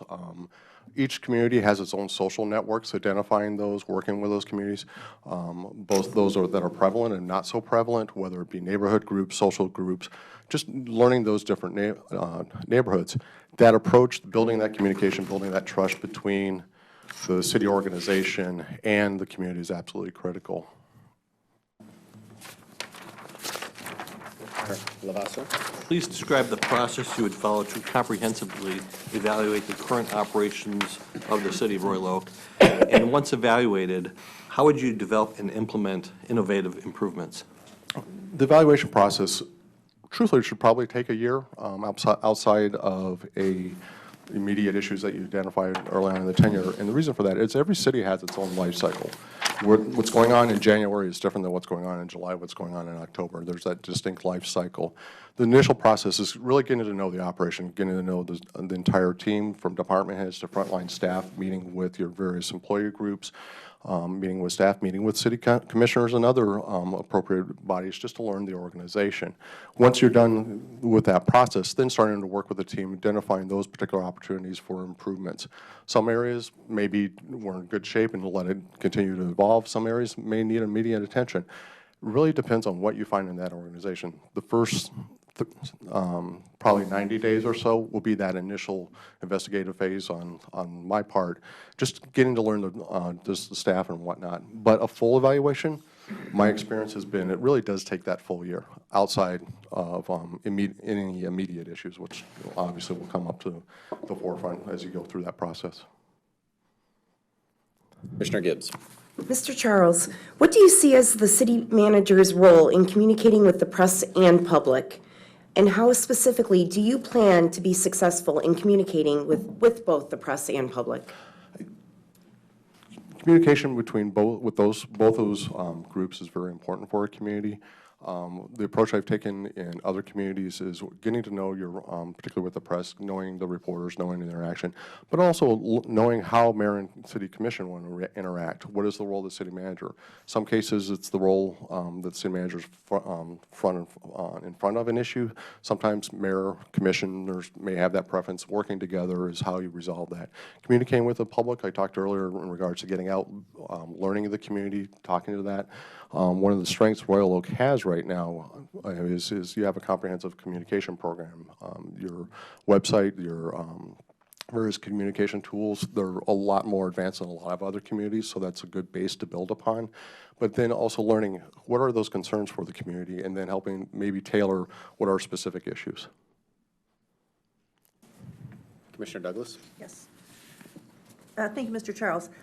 What do you consider as essential in the relationship between a city manager and the city commission, and how will you facilitate a productive relationship with the city commission? The relationship's built on trust. Experience has shown me that working with the city commission, any elected body, building that, the reality is that city managers and staff do rely on city commission to be that check and balance, to take a look at what is being discussed moving forward. That constant communication with the entire commission is absolutely critical in building that trust and whatnot. My approach has always been one of a team approach. It's not solely just the city manager or the city council, but when the two work together, and particularly the entire team of the organization along with city commission, is what makes it a successful relationship. How you tailor the communication, what is commissioners' expectations of communication, tailoring those different needs. Some commissioners take a higher level of communication, so you tailor that communication, that communication with those individuals. But again, working with that, some commissioners everybody wants to see everything. Some we understand have had the experience a little more nuanced approach with different commissioners because of different knowledge bases, things of that nature. So, Thank you. Commissioner Dubak. So what actions would you take to assure the city is intentionally engaged in and evaluating efforts to assure inclusion and, diversity and inclusion efforts, to ensure everyone has a voice and, and a role in participating in local government? So Royal Oak right now is undertaking the Welcoming Royal Oak, which I think is a really good initiative. The question of equity and inclusion in local government management has really come to the forefront over the last few years. Evaluating how we're communicating, interacting with our entire resident space as well as business, commercial, things of that nature. Building out how do you evaluate that? Some of it may be community survey. Part of it is getting out, communicating with the public itself. Do they feel welcome? Do they not feel welcome? Where are those blind spots for the organization? They do exist. We have a tendency to hire humans, so every so often we have occasional blind spots. But having said that, looking at that, are we reaching all parts of our community? And going through that process, there's some great outside resources right now, as I noted before. The local government management field is really starting to tackle this issue in a much better way over the last probably 5-6 years than I've seen it do in a long time.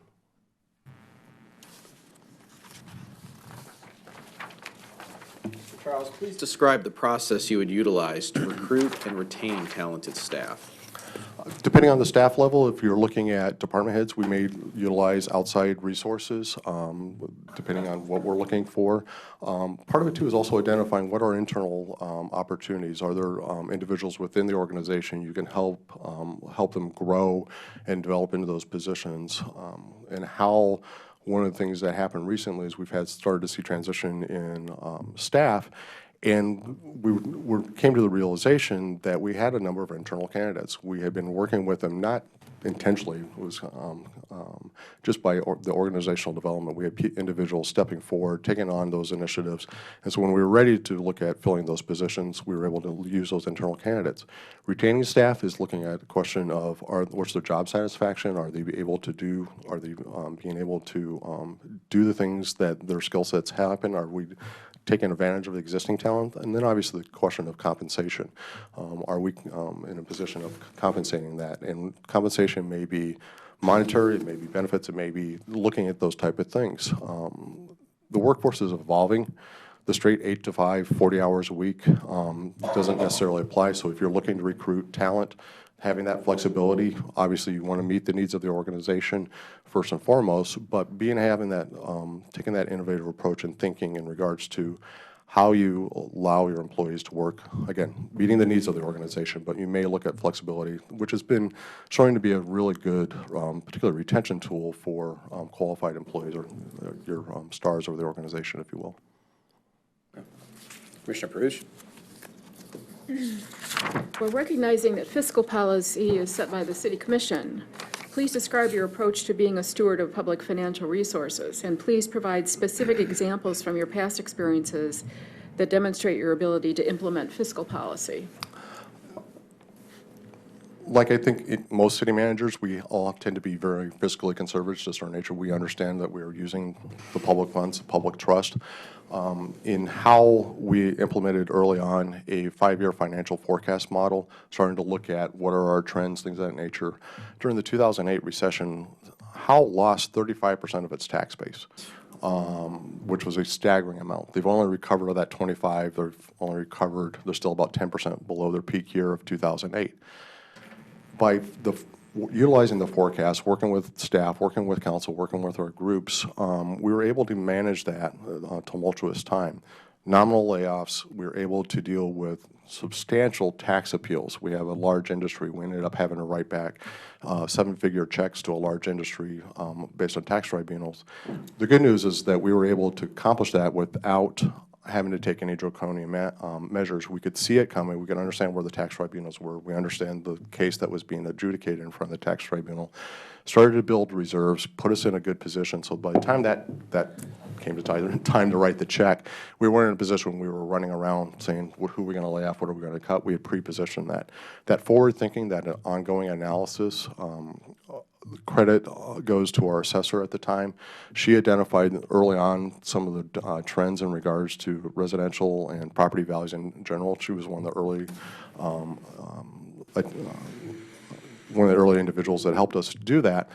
What that did for us is we were actually headed into a multi-year infrastructure program. So we were revising mayor and council. We're starting to see this trend. Candidly, we thought maybe 10, 15, 20% would be our worst year. Obviously, we went pulling past that quite a bit.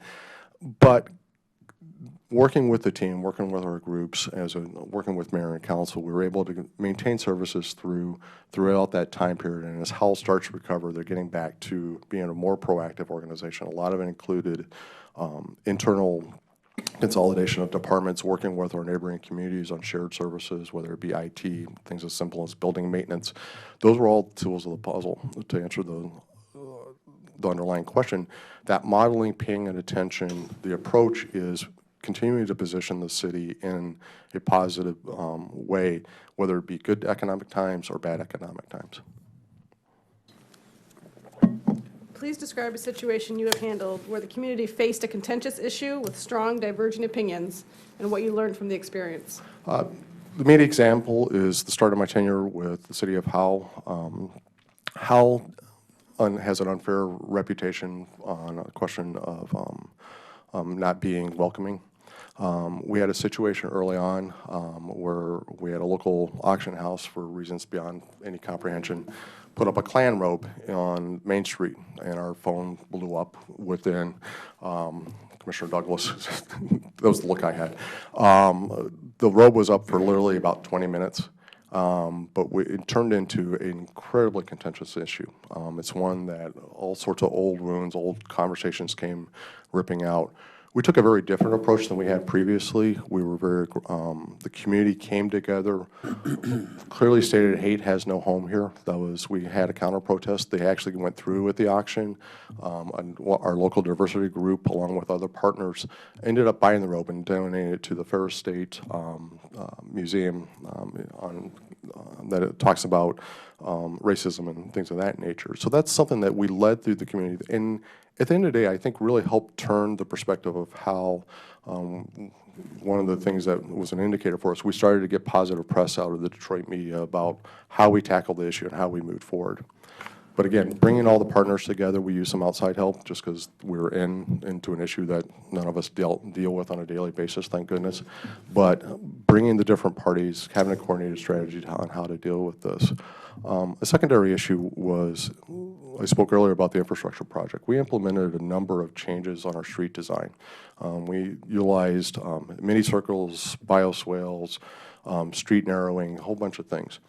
We went through a community threat process at the beginning, thought we were on track. We started to implement and got tremendous pushback from the community. Something happened on the way to the road construction.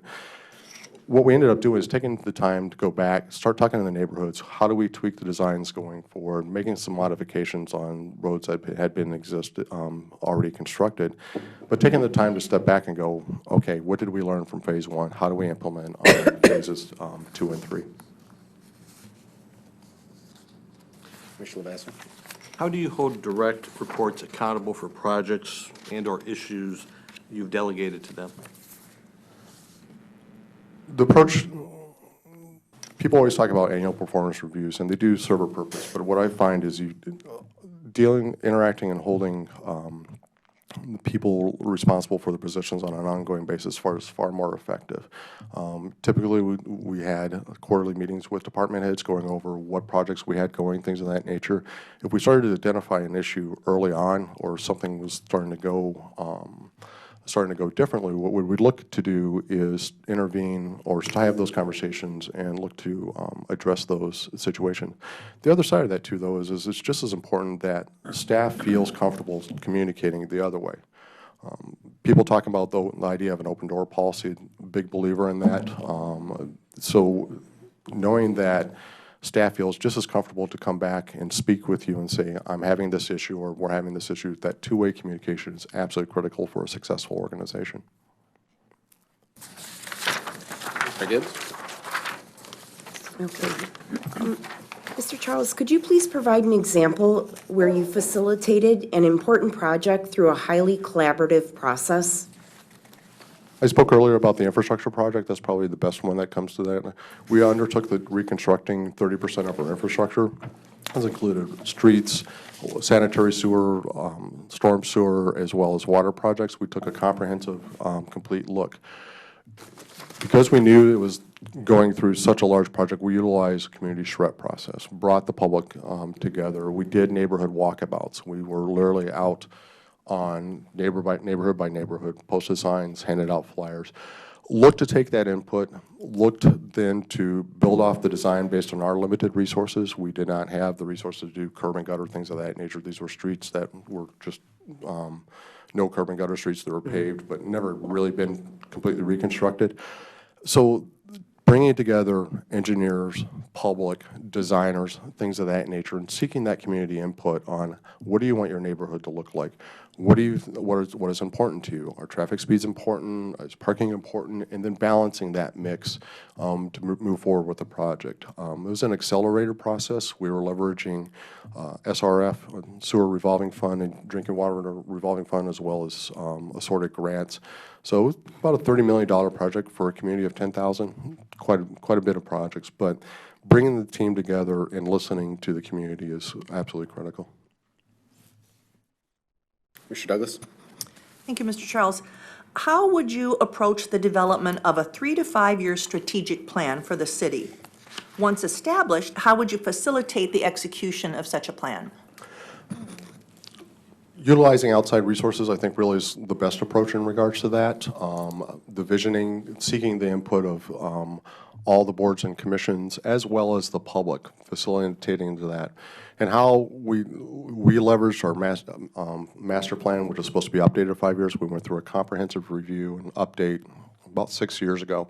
And what we ended up doing didn't quite work the way we had hoped. We're still playing with it, is that we built into our master plan goals and objectives. What is the vision for the community? What are we trying to have it be? We didn't focus just solely, we want commercial here, we want residential here, things of that nature. We took a much deeper dive. Then what we look to do is tied it to our annual goals and objectives within the budget. And then looking back, taking those opportunities, are what we doing within our annual budget going back to that core value? If it isn't, then is there something here that we're not doing, or did we identify an issue that, okay, we didn't come up in the master plan, so let's go that.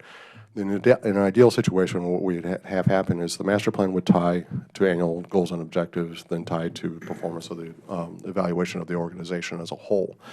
Every so often, it didn't work quite the way it was. We were still tweaking it upon my departure from Howell, but that's kind of an ideal situation. I think when you have that blend of you've got master plan going with your budget and things of that nature, I think you really can achieve something special. Thank you. Commissioner Dubak. So nationally, the average city manager tenure is about 4 years. So if you were to be our next city manager, how long do you predict your tenure here would be? Longer than 4 years. This is a position that candidly has been coveted by myself. When I learned of Mr. Johnson's pending retirement, it was one that kind of had my eye on this. It's a great opportunity. There's a lot going on, a lot to do. So how long exactly, in part depends on mayor and commission's expectation, and it's just working or not, but I can see a lengthy tenure here if the community will have me. Thank you.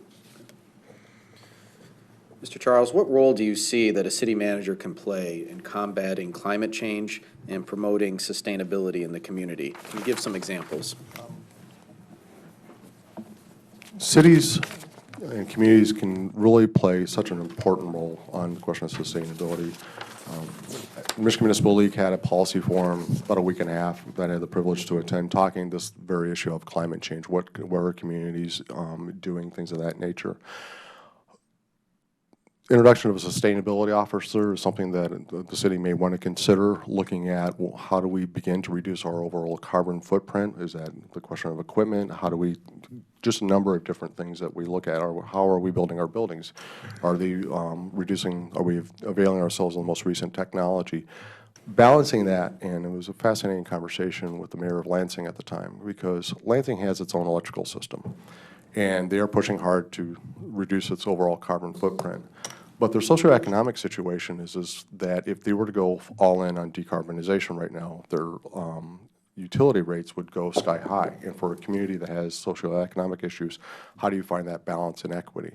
So that's something that's really important. That you talk about sustainability, equity is just as important part of the conversation. There's some great work going on in Grand Rapids and Ann Arbor right now. Grand Rapids in particular is really delving hard into this in a very effective way. They're looking at not only this question of city operations, but then how do you help the community address energy usage? Are there ways to improve energy efficiency in the homes, things of that nature? Those are just different parts of the puzzle. The more you can take advantage of that and look at that whole picture is absolutely critical. Okay. Mr. Charles, would you like to provide a 2 to 3 minute statement regarding your interest in this position? Royal Oak really is one of those great Michigan communities. It's got everything that an individual who is passionate and experienced about cities, it hits all the boxes, it checks all the boxes. Fiscally, the city has been very strong, so walking into this, it provides that nice balance of a lot of great challenges, but you're also not having to worry about a 35% reduction in taxable value. Personal research has shown it's a great organization, top to bottom. I've heard nothing but positives about this. It's got its challenges. The community is in a state of change. Talking to some Royal Oak residents, the question of neighborhoods, downtowns, things of that nature comes to the forefront when I talk to residents. But all of them also speak very highly of the community. That, for me personally, really is something that is a great opportunity. I look forward to working with the community. Thank you, Mr. Charles. Any other questions or clarifications from the commission? Mr. Charles, we thank you again for taking time out of your Saturday to come here and meet with us and help us learn more about you. Absolutely. Thank you so much. All right, It's a thank you. pleasure. Thank you. Take care.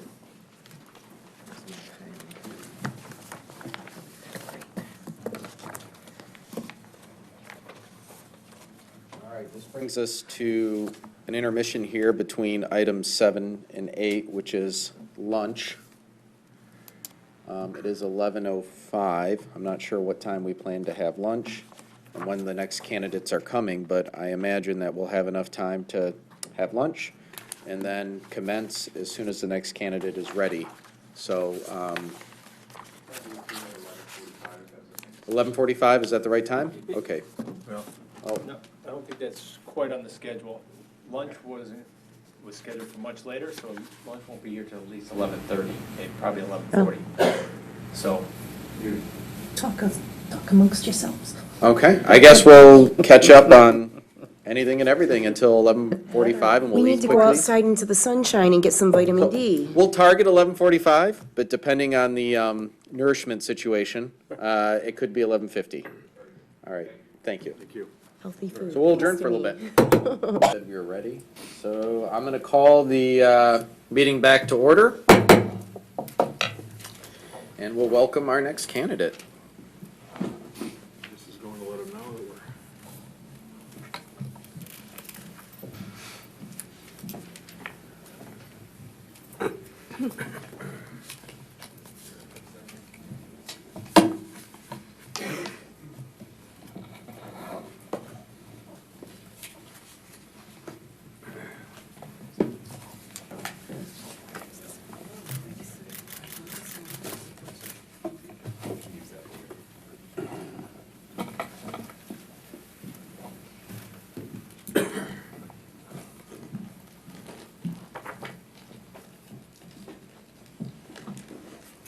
Thank you, Mr. Mayor. The commissioners, appreciate the break, and now we're back. We've got 2 interviews for this afternoon.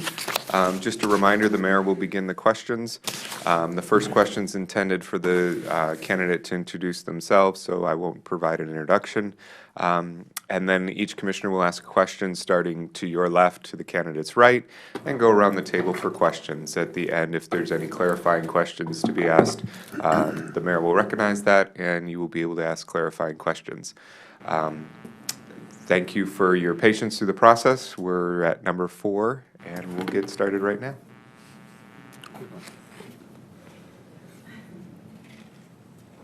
Ms. DeCessa, welcome again. We appreciate you coming out here today, and we'll get started right away. We'll just jump right in, if that's all right with you. That's fine, thank you. Well, should I begin? Yeah, sure. I'll get you the first kickoff question here. Please tell us why you're interested in the City of Royal Oak manager position, and specifically, based on what you know about our community, how were you a good fit for the role, and how is the city a good fit for you? Okay, lots of questions, so I'll make sure I address them all properly.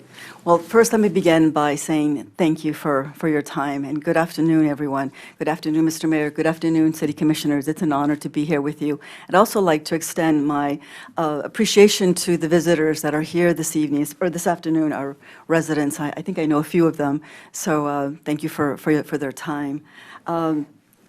So why am I applying for this position? Obviously, it's an incredible opportunity. I've known the City of Royal Oak for much longer than you may think. The City of Royal Oak is a progressive community. It's one that I've seen that it's grown and evolved throughout the years. I'm very impressed, and I'd like to be part of that team. I think one of the things that I'm also looking for is to return back to the council manager form of government. And in terms as to why am I a good fit, through the years, one of the things that I've done is to make sure that I've become a good manager by putting myself in some situations so that I can gain the experience that I think are necessary for a good manager. I have a very diverse background. I've worked in all areas that have been associated with the provision of municipal services, so I think that I would be a good fit for your community. I've worked in 2 states, 7 cities. 4 of them, I've been the chief executive officer. And also I'm pleased to say that 4 cities have also been here in Oakland County, so I'm very familiar with Oakland County. I'm very familiar with the city of Royal Oak, since I was a former manager for the city of Berkeley as well. We've worked together in many, many ways, and I won't go into a lot of detail on all the various projects that we worked together, but it's a privilege to be here with you, and I believe that those are some of the things that I think will easily allow me to fit in here and provide you with the team leadership that I believe you need. Thank you. Commissioner Prush. Based on your research and understanding of Royal Oak, what do you believe are the most important opportunities and challenges for the city in the near term, and how would you approach those? Well, one of the things that I know about the city of Royal Oak is that barriers for some reason don't seem to stop their desire to grow. I know that because they are located in a very urban area, that it's growth outward, unless you're going to take over some communities, is not going to be there. But I do see that the city of Royal Oak is doing everything in their power to make sure that you have the proper plan so that you can plan ahead for growth. I've looked at your budget. It's very stable. It's very conservative, and I think that's a good approach. However, you're also going to need to take some potential risks. You're going to have to plan for the future, especially when it comes to finance. So I think that the city of Royal Oak, thanks to their diligence, their study, and the studies that they've conducted, I think they've set themselves in a place where they're ready to be prepared for the future. If selected as the city manager, please tell us how you would approach building the trust and respect of the community. You know, that's something that's very important to me, very, very important to me. One of the things that I like to do, and I've always done this with all the cities that I've worked in, is to be part of the community. I like to get involved in many of the activities and events. You'll see me walking around the downtown area and even in the neighborhoods. I participate very, very highly or very strongly with many of the groups. In the city of Pontiac, for example, we have each council, they're broken up by districts, and so they have a group of people that works with the council, and so I attend all of the district meetings so everyone knows me, and I think that's one approach that I would like to take, where I'm more open, that people feel that they can come speak with me, and I believe that builds trust. Please describe the process you would follow to comprehensively evaluate the current operations of the city of Royal Oak. And once evaluated, how would you develop and implement innovative improvements? Again, because of my experience, I've done a lot of reviews of organizations in order to help them grow. One of the things that I like to start off by is by looking at the overall organization, looking at what's happened in the past, what has worked, and take a look at some of the future by looking at what other cities have done, what has been successful. In other words, don't try to reinvent the wheel sometimes. Look for successes that make sense.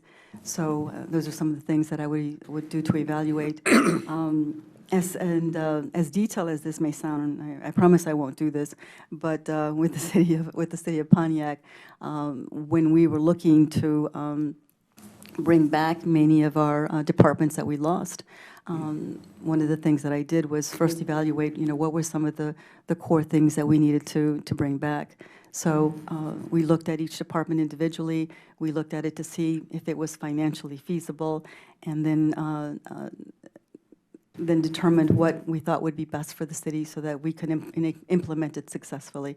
And in terms of what could I bring to the future, I know that there are so many things that cities are doing right now in order to look at improvements. I know that technology is something that's it's still very important to all cities. I'm working right now in the city of Pontiac to bring this smart technology for the businesses and for the residents, and I think that's going to be critical. So that's one of the things that I'd like to see happen in this community. Although, again, having said that, you have a great start. Mr. Gibbs? What do you see as the city manager's role in communicating with the press and public? And how specifically do you plan to be successful in communicating with both the press and the public? Working with the press is very important. It's key in that you must respond as quickly as possible, because they're sometimes, well, not sometimes, they are the door to communicating with the public.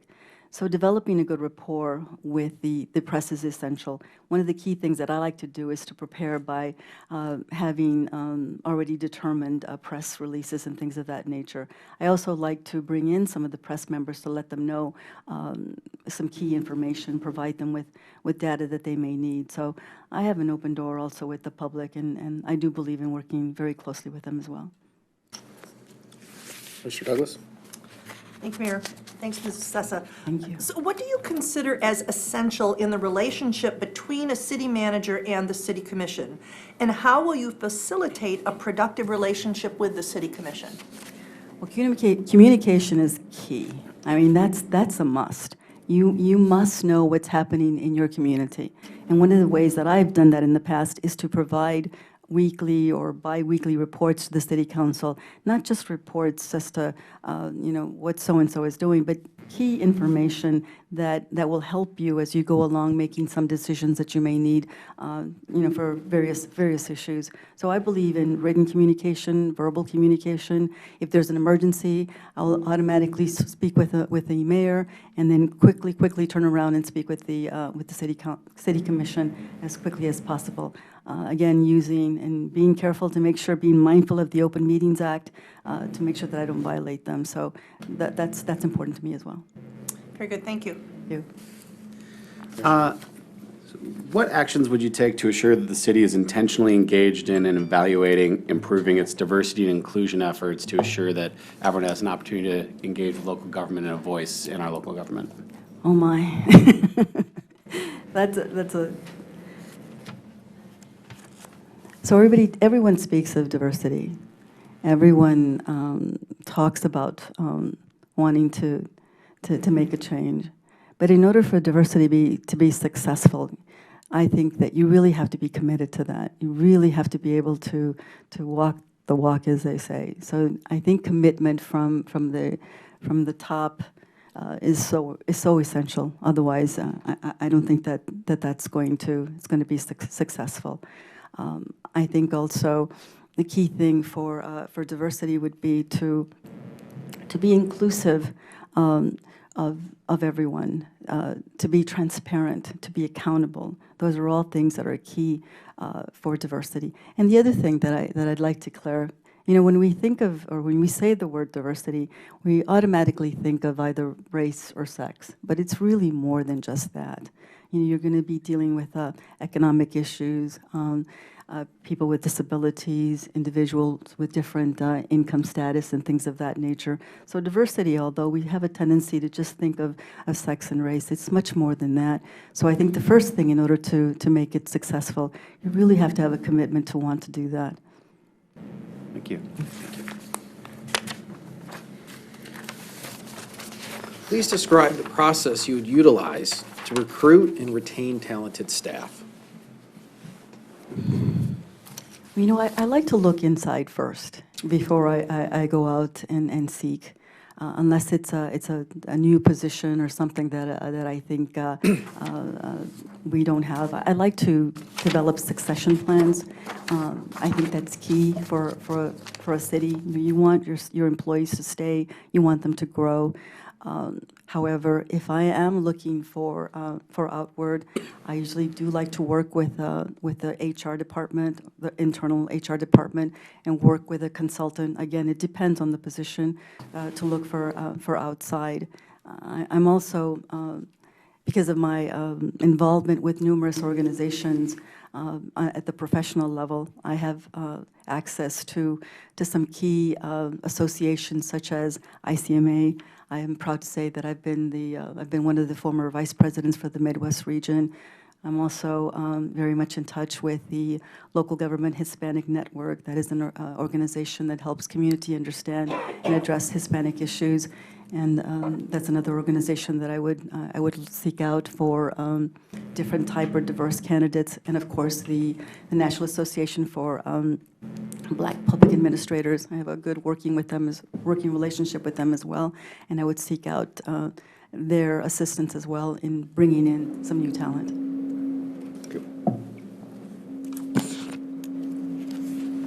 While recognizing that fiscal policy is set by the City Commission, please describe your approach to being a steward of public financial resources.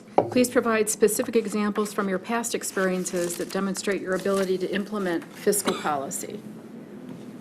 As a city manager, that's one of the key things that we're responsible to do. I mean, we look at financial reports on a regular basis. One of the things that I like to do, even when we're looking at implementing some new programs, I'd like to, well, not like to, but I do review to make sure that it is sustainable before we implement any new program. Is this something that we're going to be able to continue to afford in the future? So, having said that, of course, as a city manager, I work very closely with the finance director, make sure that the city council receives quarterly reports, meet with the commission as well to give monthly or weekly reports as to where we stand financially. One of the other things that I like to do, and I haven't really done it so much here in Michigan, but in San Antonio, we also take a look at and we prepare financial forecasts to see what are some of the things that could happen and impact the city financially. So as a former budget analyst for the city of San Antonio, I'm very familiar with the requirements for budgets and developing of budgets and making sure that the departments are in line with their budget that the city has allocated. And again, work very closely with the city council to make sure that we stay online. And if there's an issue where we need to, because there's a circumstance or there's an emergency, then come quickly to the city council and explain what's happened, how it's going to be funded, and what we're going to do. Please describe a situation you've handled where the community faced a contentious issue with strong divergent opinions and what you learned from the experience. Oh my. I know I'm saying that because obviously the city of Pontiac is probably one of the biggest challenges that I've ever had to face with. I've had to face. In that organization, our city was coming out of emergency management. And we had a lot of discord from the residents. The residents were not pleased that they had gone into emergency management. You would go into council, you still go into council rooms where they're angry at the changes that the emergency manager has done. I think that that's probably been one of the biggest things that has helped me to address or to deal with residents that have had to deal with some major changes in their communities. And can you imagine when you come to work and at one time you used to have a staff of over 500 and now you have a staff of 40 and everything has changed, everything is now contracted. Can you imagine what that does? Can you imagine what that does to you as a resident when you no longer know if and when your streets will be plowed, if your parks will be cleaned? These are big changes. These are things that impact the lives of the community. So what have I done in order to make sure that I address them? You know, one of the things that the city council first told me when I took this position is they said, you know, Jane, it's not going to be easy when you come here. A lot of people are going to scream and shout and yell at you. What are you going to do about that? And I said to them, and I'll say this to you too, I'm going to listen. I'm going to listen because I think that's what's probably missing. The fact that no one has listened to their concerns, not really. And then once you listen, take the steps to appropriately address their concerns because many times they're not yelling at you. They have a concern. They're just frustrated and they want some answers.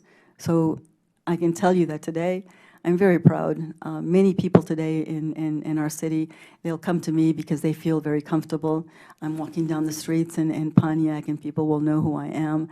And I love it when folks just automatically just, gravitate to me and ask questions and feel comfortable knowing that the answers that I give them are going to be direct and correct. How do you hold direct reports accountable for projects and/or issues you've delegated to them? One of the things that I do with directors is we develop timelines. So they know ahead of time when the reports are due. We set aside some key dates also, our benchmarks, so that we can determine if they're there. If they're not, we take a look at it and see if we need to change those deadlines.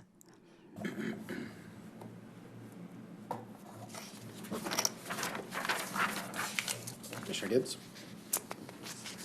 Please provide an example where you facilitated an important project through a highly collaborative process. Through a highly collaborative process. All projects that we work with, especially with communities, you do collaborate with all the directors. One of the most important projects that I've had the privilege of working with in the city of Pontiac, and that's dealing with the issue of blight. I'm very proud of that. For the first time ever, our city can say that we're very close to being blight-free. That's one of the goals that the mayor had for many years when she first took office. And the collaborative efforts here, I worked with Oakland County Community Development, made sure that the budgets were prepared correctly under HUD guidelines, and that's a lot of collaboration there. I also worked with the building department to make sure that the permits were properly achieved, or obtained, I should say, and that the contractors met whatever requirements were needed. I also work with the purchasing department, again, because here, when you're purchasing various items, especially when it comes to HUD regulations, you need to meet all kinds of requirements is there. So you collaborated with our purchasing agent as well for the city of Pontiac.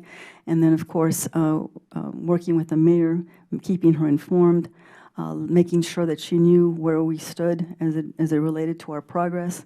And I did have also an opportunity to work with a special consultant to help me with all the reports that are required under federal guidelines, so that's key. So from start to finish, there's a lot of collaboration with all those various departments and various consultants in order for us to be successful, which I'm very proud to say that we are.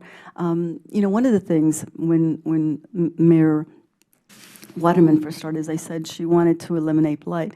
In our city, we had over 900 properties that were ready to be demolished, and we needed to do something with blight. And so when we think about blight, obviously demolishing, you may think that may be the solid answer. But no, we also work to redevelop some of the properties. And of the 900, I think we have close to over 100 properties that we've been able to redevelop. So that's part of our blight program. The other thing that we did, we finally got to demolish one commercial property as well. I think that was a big achievement as well under my administration. But blight, the issue with blight, and to be able to accomplish that has been a tremendous achievement in our city. And the reason I say that is because we've seen some tremendous growth in our city. As a matter of fact, I'm very proud of this achievement because we've seen our property values go up. I'm proud to tell you that now in 2020, our property values have increased by more than 14% in our city. We've seen reductions in crime. We've seen reductions in fire. Those are things that I think show that we're making progress in our community. And through this program and through the collaboration of all those various departments and consultants, I'm very, very proud. As a matter of fact, our former governor made a point of expressing and acknowledging our achievement, and then our former county administrator as well gave us some high praise for our results in this incredible project. Thank you.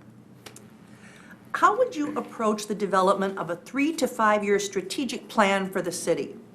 Once established, how would you facilitate the execution of such a plan?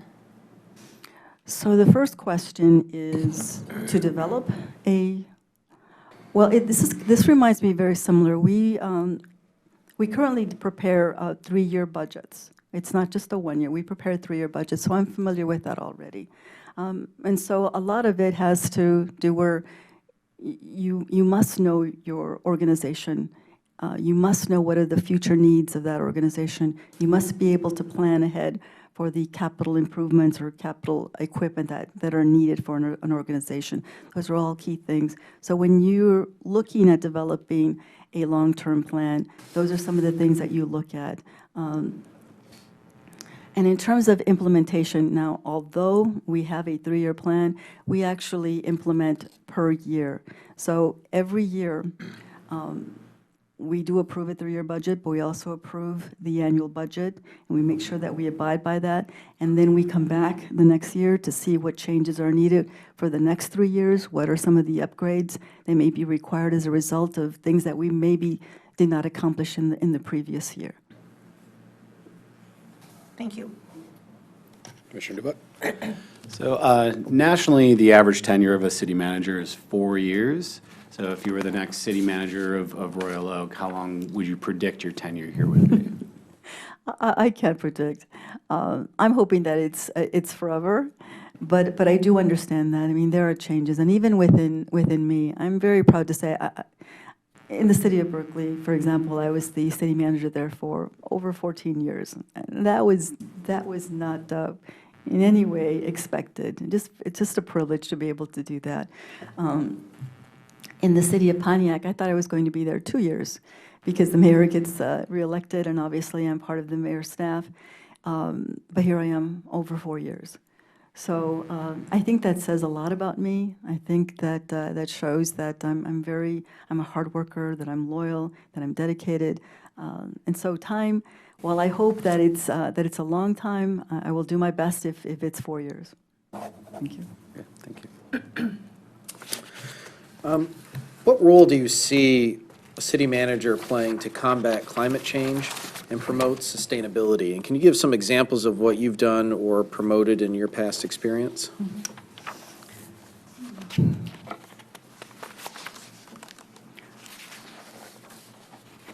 What I've learned as a city manager, that many times when you're looking to address some of the bigger issues, the tougher issues when it comes to things such as climate change, it's not as simple as you may think. So you have to develop plans. As a matter of fact, I worked together with the city of Royal Oak, Pleasant Ridge, and Huntington Woods in developing a sustainability plan for our 4 communities. And we looked at ways as to how we could improve our environment through perhaps less idling of vehicles. And we took a look at when our police department perhaps to not to have their cars idled as often as they do. We looked for ways as to how we can conserve water. The other thing that we did was we also looked at things that we used or we take for granted, such as lighting, not just within the buildings, but also externally when we look at street lighting, or you're looking at lights for parking lots and things of that nature.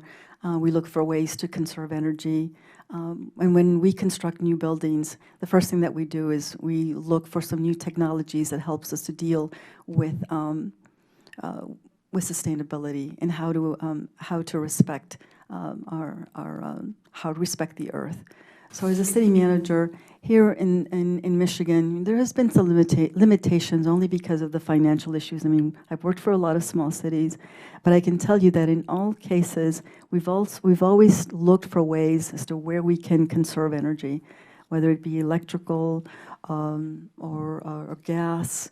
Ways to improve our water system, things of that sort. So those have been some of the major projects that I've worked with as it relates to sustainability for our communities.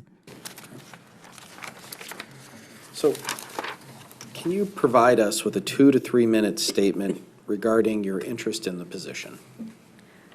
2 to 3 minute statement as to why? Yeah, why you're interested, just some more of like a concluding statement, perhaps? I'd be happy to do that. So I like to be prepared, so forgive me if I've got this notebook here, I look at my notes. I want to make sure I try to cover as much as I can. Well, you know, again, thank you for this opportunity. It's tremendous. I'm really honored to be here with you today. But I think that my diverse work experience uniquely qualifies me for your Royal Oak team. And if I'm given this opportunity, I believe that together we can maximize and we can fulfill the needs of this already amazing community. It's a tremendous opportunity for any city manager to work for the city. And I look forward to working with you, and I hope to hear from you. So I promise to be brief. Thank you. Thank you for your time. Thank you, Ms. DeSisson. Thank you. Commissioner Lavasser.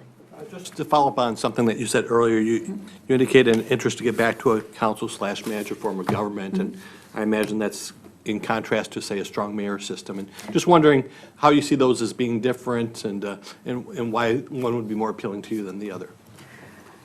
Actually, the strong mayor form of government, if I were the mayor, is quite appealing. A lot of power. And with that comes a lot of responsibility. But the other thing that's different that I've seen under the strong mayor form of government is that the city council also plays a more active role in the day-to-day operations. There's an involvement or a connection where the city, there's no separation, where the city manager deals with the day-to-day operations, and the city council deals with the policies and things of that nature, and the development of the policies, as it is under the council manager form of government. But under a strong mayor form of government, these two entities must work together. Must work in not only in the establishment of policies and ordinances and things of that nature, but also they get involved in the day-to-day operations of a community. And I believe that that needs to be, in order to be successful as a city manager, I think they needs to be separate. But I've learned a lot in working under that administration. I've learned that working with the city council, I probably work with them more on a one-to-one basis when it comes to the day-to-day operations of the organization. The city council has much more say in the day-to-day operations. The council will actually be involved sometimes when it comes to our operations. So that's a little different. And then, of course, the mayor, much more stronger. She is the chief executive officer. I am the chief of staff. So again, it's been an incredible opportunity. You know, I'd like to take this time, and I hope you don't mind. It's been a privilege to work with Mayor Waterman. I think if any of you attended the state of the county recently, you saw some of the things that the city of Pontiac has done, and where we've come from through receivership. I mean, never in a million years could I say that I would have been able to have done something like this. I'm very proud of the work I did in Berkeley. I'm happy to see that it's progressing, that it's doing well. Actually, when I went to Pontiac, it was a little scary, not just because of the environment, but I wanted to be successful. And today, when you go to Pontiac, oh my God, it is a different Pontiac. We see many major companies coming to the city of Pontiac. Of course, I'm sure you've heard Amazon is in our community. That's another group that I'm working with right now. I have to be very grateful to Mayor Waterman for giving me the opportunity, for taking a chance on someone like me to be able to help them guide them out. You know, coming out of receivership, I'd like to think that one of the key factors in getting out of receivership was to hire a professional city manager. That was one of the things that they did in order to help them grow. And I'm very proud to say that I've helped, and it's worked. And then, of course, I'm very thankful to the city council as well, working with them. It's always been one where we still have to learn to work together, because our administration has always worked under the emergency manager. We haven't really been out of emergency manager.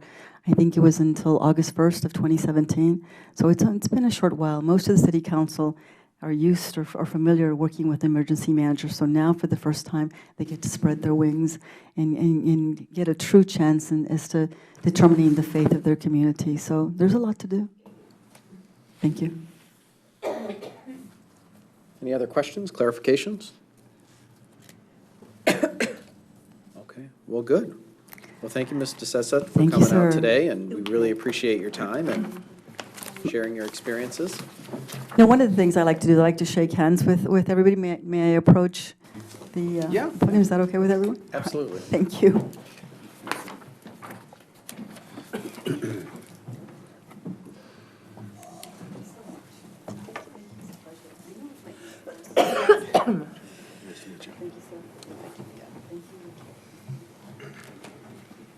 Thanks so much. Thank you.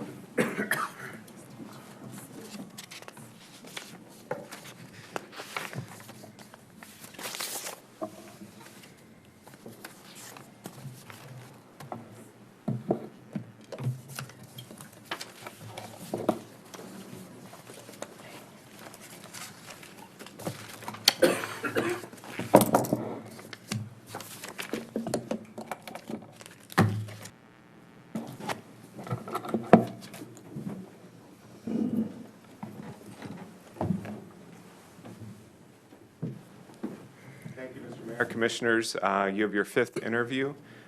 Just like the prior ones, the mayor will ask the first question. It will provide an opportunity for the candidate to introduce herself and provide a little background, so I won't be providing an introduction of the candidate. After the mayor asks the first question, questions will be asked to the mayor's left, to the candidate's right, by each commissioner around the table. Just a reminder to those in the audience, if you would like to leave comments or questions about either the process, the candidates that you would like the commission to consider, please see me and you can get a comment card and then return it to me, and I will make sure that the commissioners receive that at the conclusion of all the interviews. With that, I will present your fifth candidate. Thank you. Welcome, Ms. Mitchell. Thank you. Good afternoon. Good afternoon. So we'll start off right away, firing a question off, if that's all right with you. Okay, and I'm going to totally disrupt your process, and I have handouts for all of you. Oh, no worries. Indulge me. Thank you. Thank you. Thank you. You're short? We'll share. She has more. She has more. Folder cover thing. Yeah. Landscape. I stole hers. Last one. Thank you very much.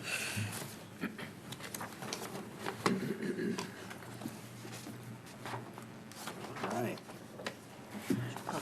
All right, so the first question, to kind of get a little bit of background and introduction. Please tell us why you're interested in the city of Royal Oak. Specifically based on what you know about our community, how are you a good fit for Royal Oak, and how is Royal Oak a good fit for you? Okay. Royal Oak is an exceptional community.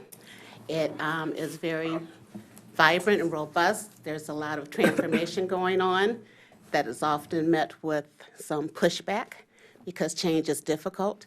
I think one of my areas of expertise is managing the process to make certain that all the voices can be heard during times of transformation. So I think that's something I bring to the table. Also, I worked in Royal Oak before. I've had a firm, Warren & Associates, and one of the things I did was bookkeeping. So I worked with Lynn Portnoy right on Washington and 4th. So I'm very familiar with the community and the business climate and how it has changed so much over the years. And I'm very passionate about local government and governance. I understand the structure, I understand the nuances of smaller communities and how that transitions into larger communities and their aspirations. Thank you. Commissioner Perush? Based on your research and understanding of Royal Oak, what do you believe are the most important opportunities and challenges for the city in the near term, and how would you approach those? The major challenges, and it's not specific to Royal Oak, is really dealing with the infrastructure needs. The the physical infrastructure is one of the components that we are all facing challenges with, the lead and copper, how you're going to address that within your local community. You have a number of construction projects and bringing those to fruition, making certain that they are under budget, looking long-term for the financials to make certain that you have adequate funding to address your growth. It's one thing to have experienced a downturn in the economy and doing the belt tightening, so you've done that effectively. But now as things are starting to grow, you don't want to grow so fast that you're damaging your future in terms of your sustainability financially.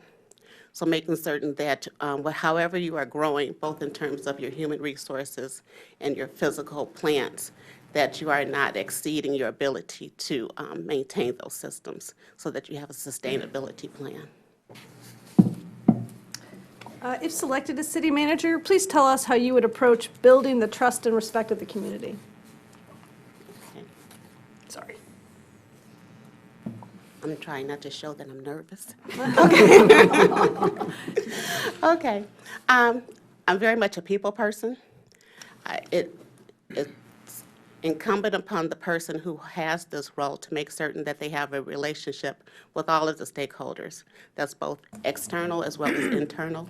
So working with the local businesses, one of my suggestions and recommendation is to establish a local business roundtable so that you have firsthand information relative to what are their concerns, how can we better support them in their success, looking at how we can build collaborative partnerships and building those public-private relationships so that not all of the needs of the local community are reliant upon the general fund so that we can leverage the resources and assets of the other organizations.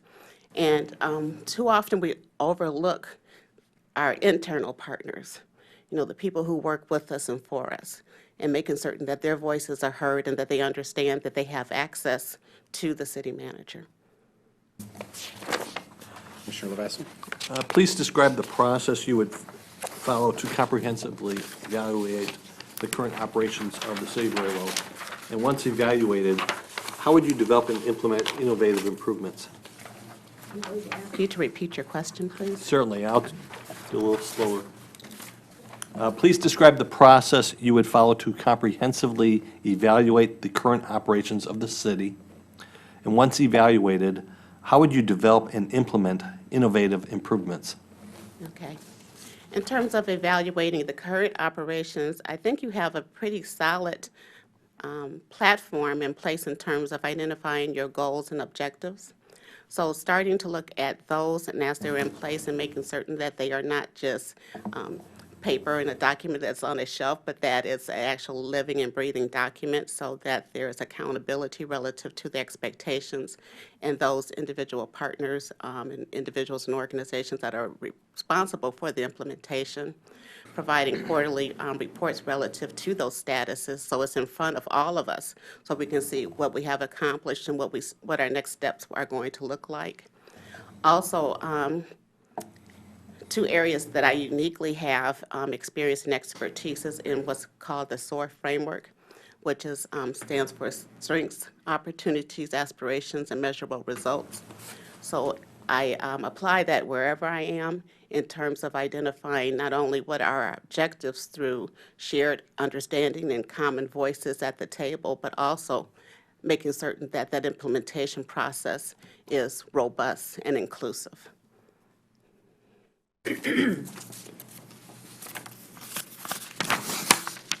Thank you, Ms. Mitchell. What do you see as the city manager's role in communicating with both the press and the public? And how specifically do you plan to be successful in communicating with both the residents, the public, and the press?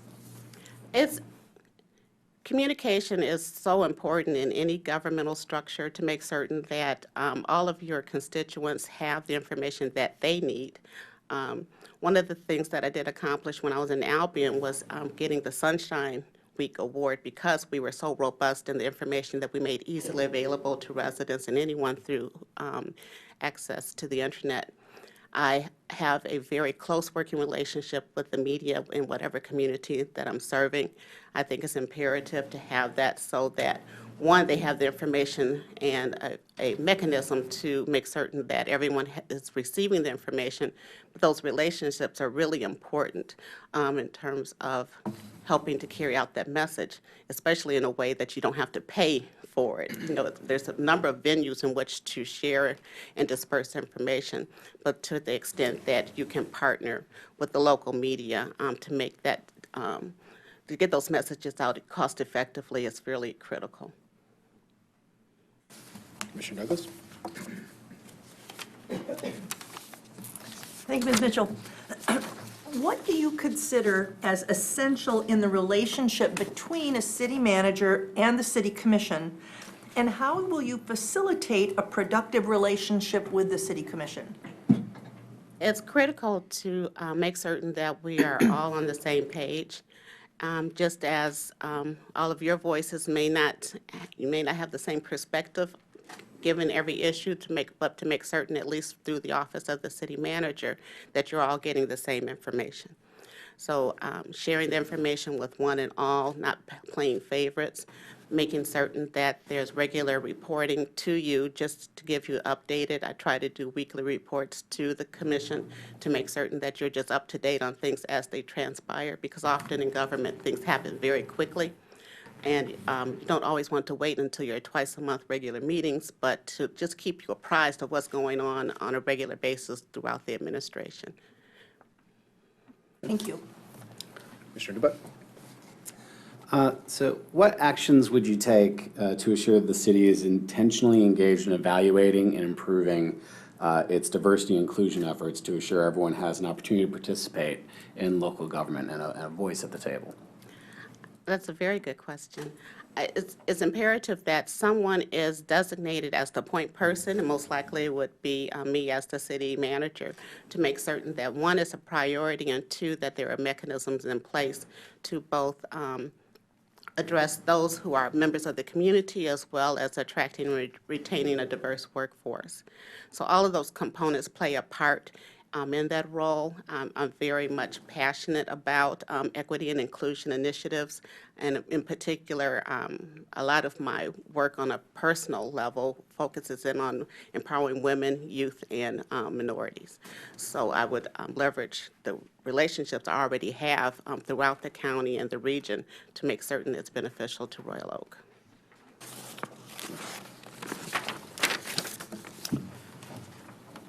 Can you describe the process that you would utilize to recruit and retain talented staff? Well, that's a really interesting question. And I say that because recently we were trying to hire, we were trying to bring in-house the code enforcement. And I publicized the position on one of the well-publicized online venues and received about 200 applications, but I would say that most of them weren't qualified. So that was responsive, but it wasn't a good use of time or resources to get so many applications that didn't meet the clearly identified requirements for the position. I find you have to do the regular stuff, you know, put it on your website and have human resources posted internally. Trying to work internally initially is usually a step that I try to approach so that we can have succession as well as just opportunities for growth for our internal employees. And word of mouth. Also leveraging any relationships we have with other organizations and nearby communities. Sometimes it's a matter of sharing. And one of the things that I especially am pleased to do is work with local universities and colleges to bring in the young people into the workforce and just to get them exposed to public service as a career opportunity. And oftentimes I have the volunteers actually turn into employees. Commissioner Perush? While recognizing that fiscal policy is set by the City Commission, please describe your approach to being a steward of public financial resources. Please provide specific examples from your past experiences that demonstrate your ability to implement fiscal policy. Well, I've been a city manager in 2 other communities, so I'm very familiar with the preparation and oversight of governmental budgets. In the city of Albion, I was able to achieve clean budgets for 2 consecutive years. I was there 3 years when they had not had a clean budget in over 17 years. I would describe myself as being fiscally conservative, but I'm very progressive in terms of programs.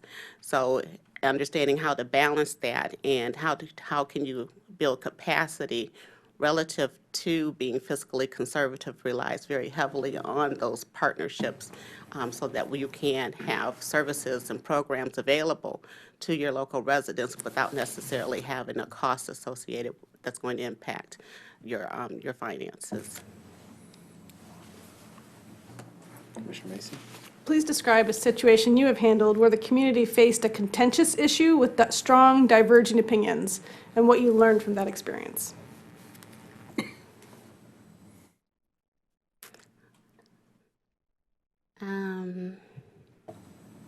Well, one example would be in the city of Albion, and it was a community that had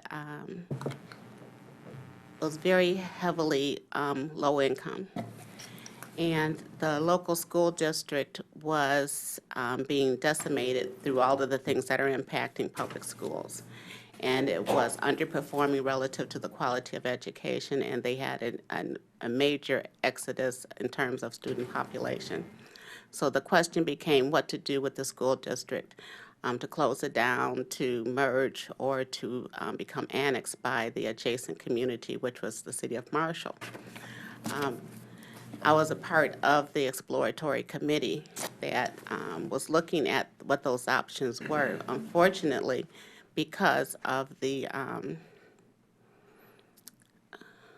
situation within the school district, they did not have adequate financial resources available even to make a financial decision, let alone trying to address the needs of the local community in terms of wanting to have a local school.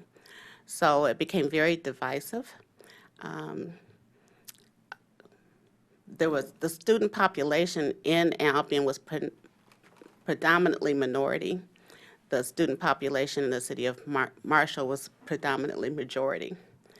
So trying to transition when the determination was made to ask the voters for an annexation was challenging. So part of the effort included having interactions amongst the students so that they became familiar with each other. But there was generational issues relative to the 2 populations. So I was a part of a group that started a diversity committee so that parents and adults in both communities could get to know one another and to interact and to have respectful relationships. And out of that, that would create a climate and culture in which the school could transition a bit more smoothly. Commissioner Vassar? How do you hold direct reports accountable for projects and/or issues that you've delegated to them?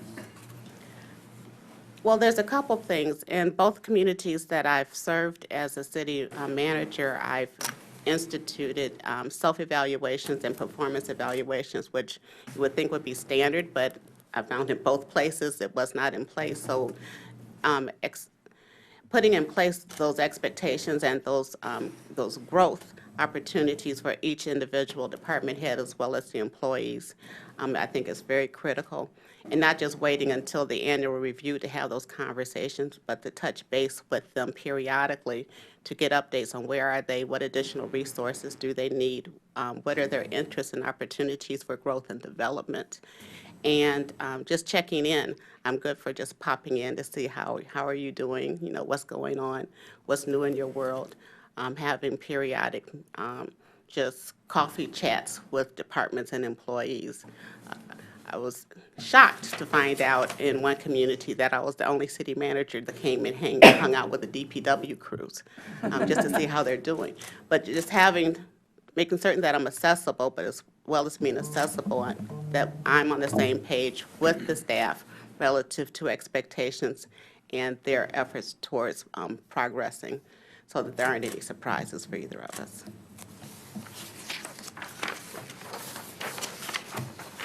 Gibbs?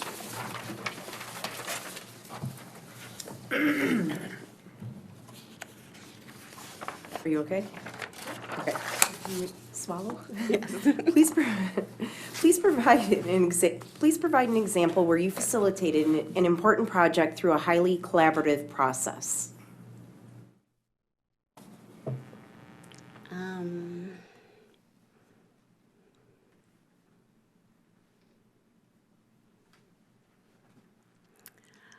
And probably in Albion again, because it was a community that had, because of the downturn in the economy, had lost 50% of their staffing. And as you know, with aging communities and infrastructures, that coincides with the demand for increased needs relative to meeting your infrastructure needs. So how are you going to sustain a community in that environment, as well as to start promoting economic development?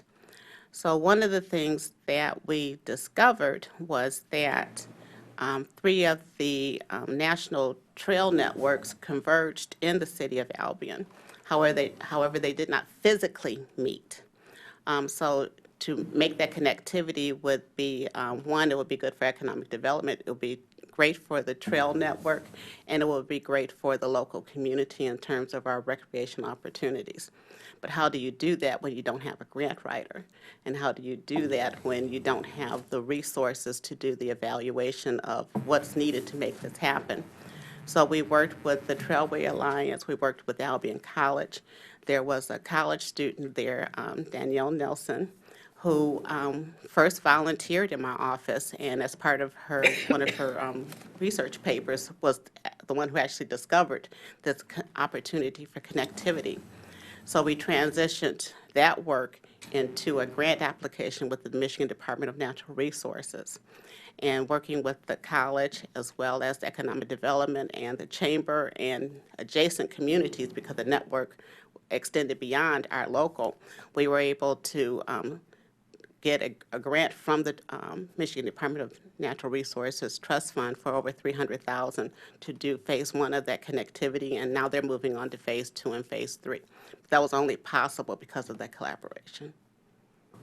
Now, especially when I say it was only possible because we had young people involved in the process, including, I made certain that with our recreation plan, that we had young people a part of that process so that their voices are a key component in how you're planning and implementing. It helps to have a college right there, and It we have does. OCC, so. Exactly, exactly. Commissioner Douglas? Yes. How would you approach the development of a 3 to 5 year strategic plan for the city? Once established, how would you facilitate the execution of such a plan?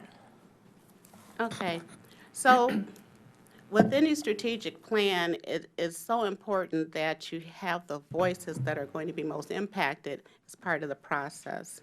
Too often, you'll have a strategic plan, and it's only the elected officials and a couple department heads who are really the ones who are shaping it. But if it's for and about and going to be beneficial to your local residents and even those who are in adjacent communities, it's really imperative that you have a process to hear all of those voices and to create ways in which they can interact.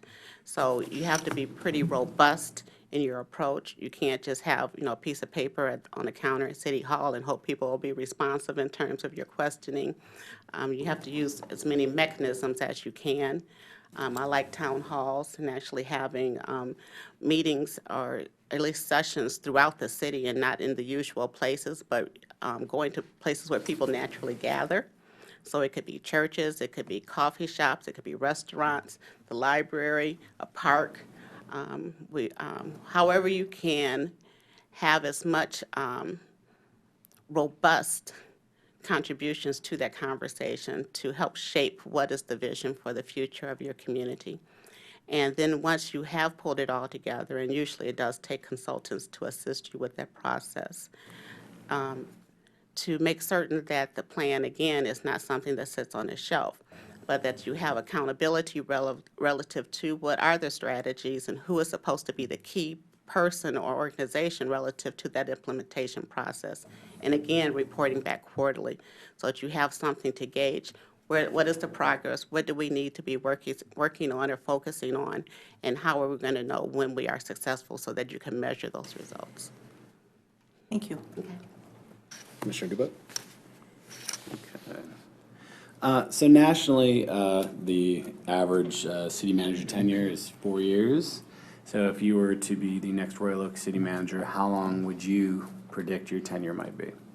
I can absolutely guarantee you I'll be working for 7 years because that's how long I have on my student loan.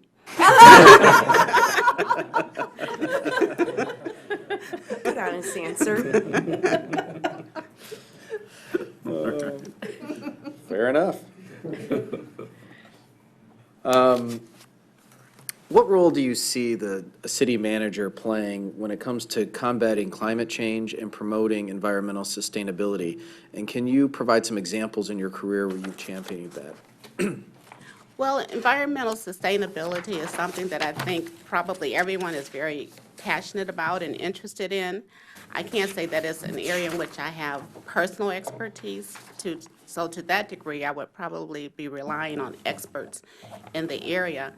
But that is one of the infrastructure needs that is often overlooked, but that we really need to pay close attention to because we're the guardians of future generations. And how do we make certain that our assets are available to them and that they're in a good, healthy, robust, and sustainable condition? So finding ways in which to do that. And I think you asked for an example. One example was just establishing a river cleanup committee. So that was not something I'd ever done before, so I worked with the local college. Again, they had environmental experts and students who are part of it to help us in identifying, was poison ivy versus something that also should be removed, and working with our DPW crews to make certain that the equipment was in place for that removal process, contacting the DNR to make certain we didn't do something we weren't supposed to do, because they get a little sticky about that. And just working together to collaborate, because I don't claim to be an expert in all areas, but I do know how to bring other people to the table to leverage their expertise. Very good. Maybe in a few minutes, can you provide a statement that really sums up your interest in the position?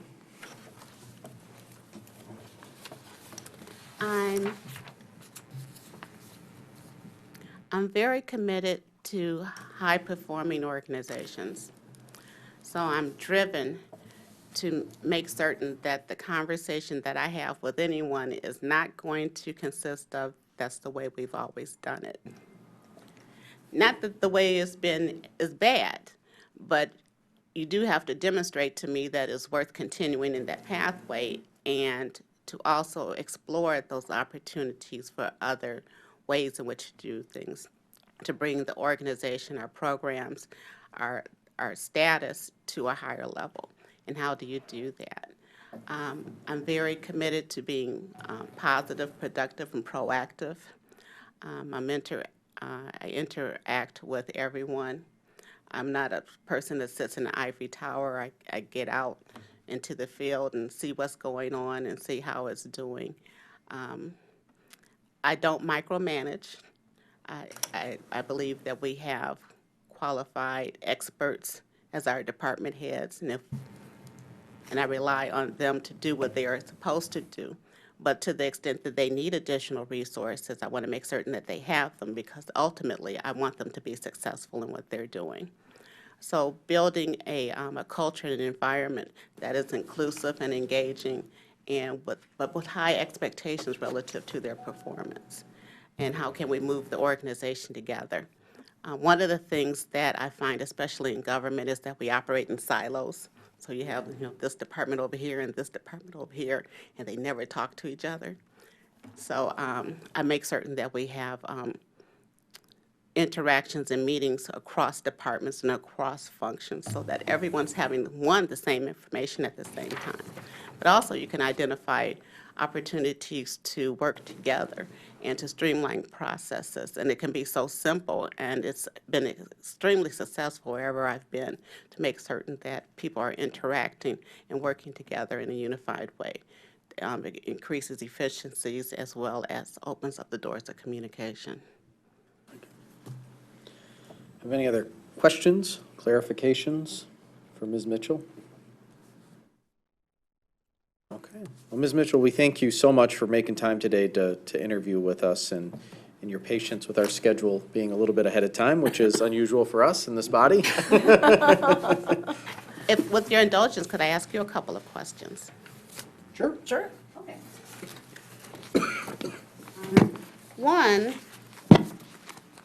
One of the things I noticed was a reference to the Royal Oak Next Plan. Could someone explain that to me? Dennis? He was here. Yeah, he was here. Oh, there he is. It's a very good question. Okay. I know we've talked about this before, but yeah, if you don't mind. But our expert here will have the latest information.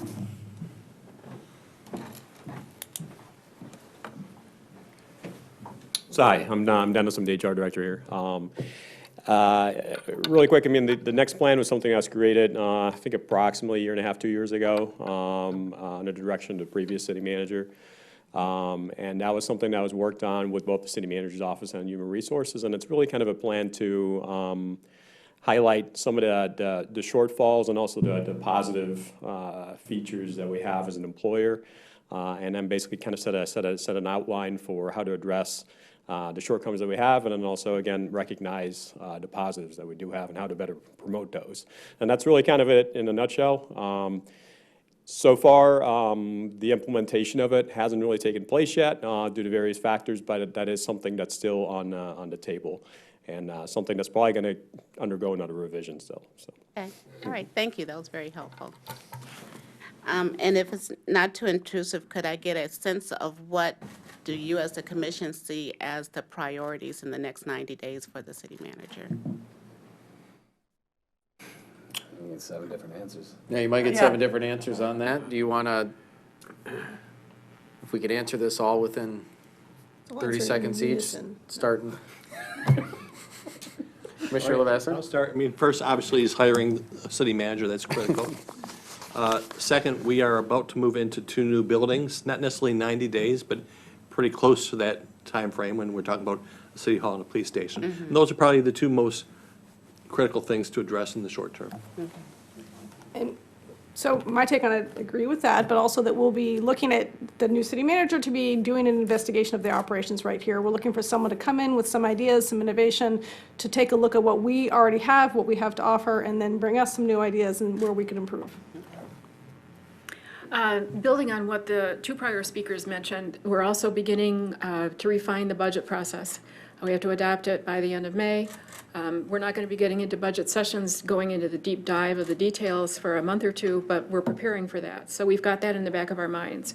And that is a prelude to a lot of other things that might be coming down, further down the road annually. But we're getting into budget season, and we can't ignore that as we move. Yeah. Right, and I think building off that, I would say whether it's the budget or anything else, you know, the first 90 days, I think, for us, getting a new city manager's perspective on what we're doing right, where we need to tweak things, looking at our strategic plan, the short-term part of it, and seeing what sort of modifications, you know, we should start to consider. Certainly all the answers wouldn't be expected within 90 days, but, you know, if we need to tweak the direction of the ship a little bit, and seeing what those questions are from the city manager rather than, you know, a prescription, I think would be, you know, the first task in the first 90 days. Okay. I think that about covers the first 90 days, particularly with the move. I think that's going to take a lot of capacity and preparation, so I think that's an important one for folks to have top of mind. Beyond that, I would think the top priority that I'd really like to see from this, the next city manager, is really turning up the heat on our environmental sustainability initiatives. I think we've agreed to pay the acting city manager for a period of time after a new city manager comes on. So I'm going to say that I'm not going to saddle you with any expectations, and I'm going to give you 90 days to get your feet on the ground and let the the interim city manager handle that day-to-day stuff. You said yes. You signed the papers, Dave. In the middle of May, yes. I I would have to echo all of the previous statements.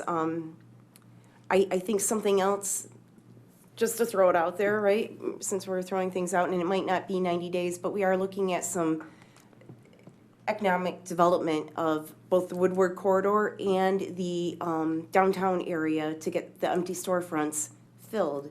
And maybe not just with restaurants, but some different kind of retail stores.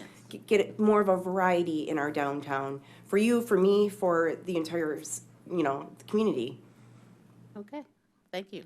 I appreciate that. Any other questions, Ms. Mitchell? That was it for today. All right. Well, thank you again for coming out on a Saturday and, answering questions.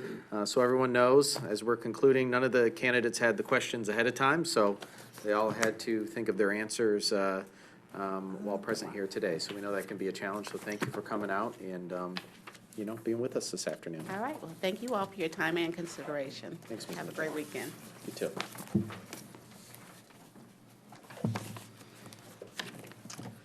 All right.